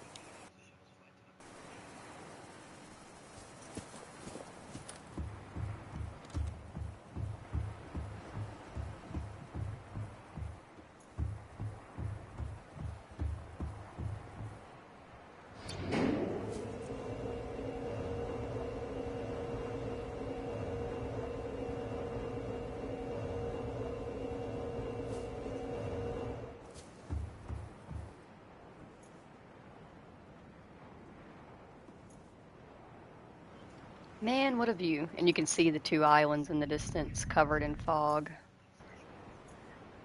A subtle but not so subtle way of hiding them away from us so that we don't know that they're there until we get close or until we get the message to go to it. But yeah, we got a lot done for this stream. Hell yeah. We managed to clear out the Aurora, and we got the freaking Neptune base built, which is awesome. And the gantry. Not bad. Ooh, we got an eclipse.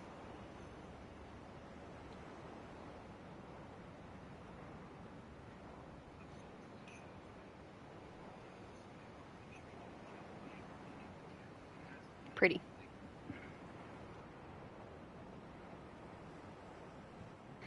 But for now, we are going to bring this particular stream to a close.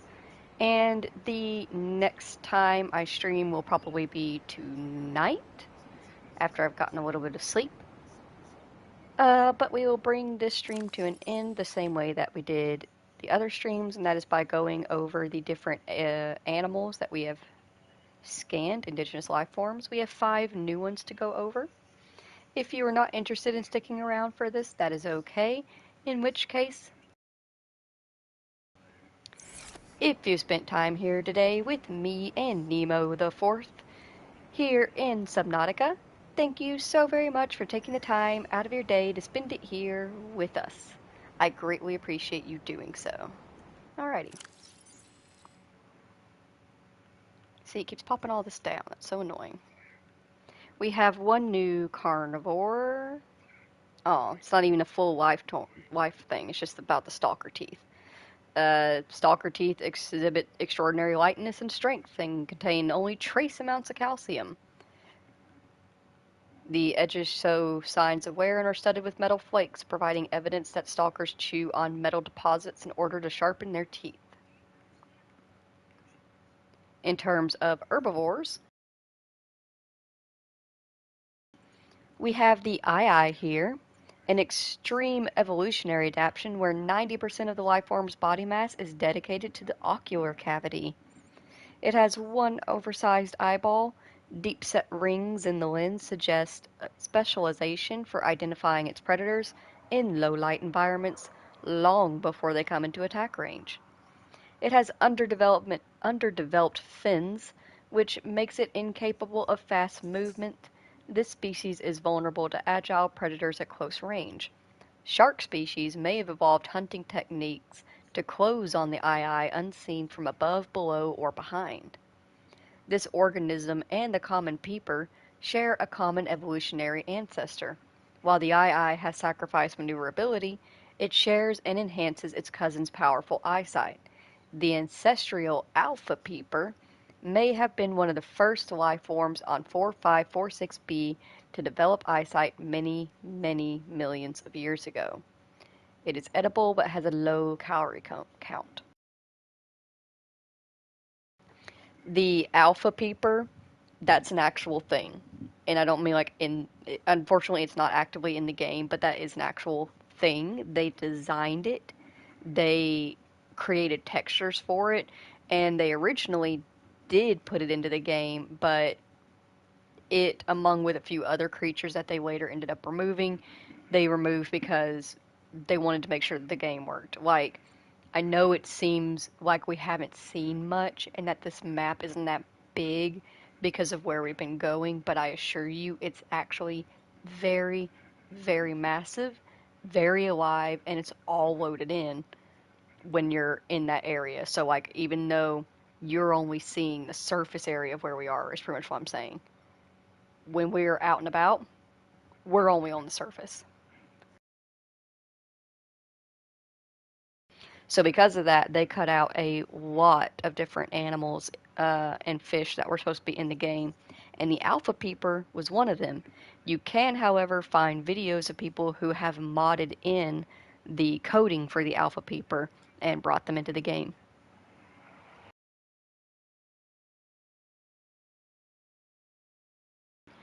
We have found the hoopfish as well, a small school mentality prey fish with a unique method of propulsion, and a distant relative of the bladderfish. It has antennae, but rather than swimming, this life form uses the fine green antenna which encircle its body to alter the composition of the water in front of it, allowing it to sail into the low density space created. It has a purple-green coloration, which may be camouflage adaptation for mid-range light wavelengths, possibly indicating the hoopfish is more active at dawn and dusk. And behaviorally, while schools of hoopfish will form periodically and evade predators en masse, this behavior is more social than it is defensive, and known hoopfish are often found hunting for food and displaying generally curious behavior. They are edible, but they don't look like they have that much on them. We also have Reginald. I mean, just look at him. He looks like a Reginald.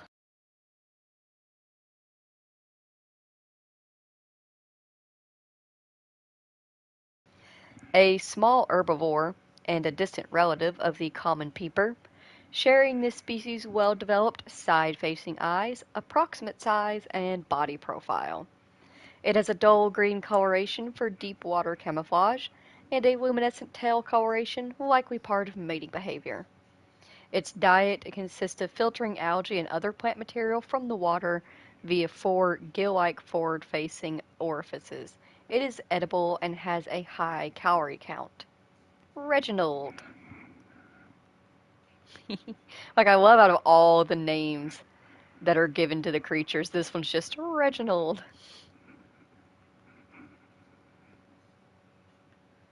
And we have a new scavenger slash parasite, and that is, of course, the bleeders that we came across in the Aurora.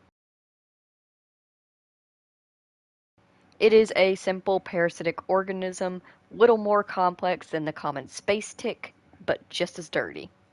It has a ductile sac used for collection and digestion of blood drawn from its host creatures.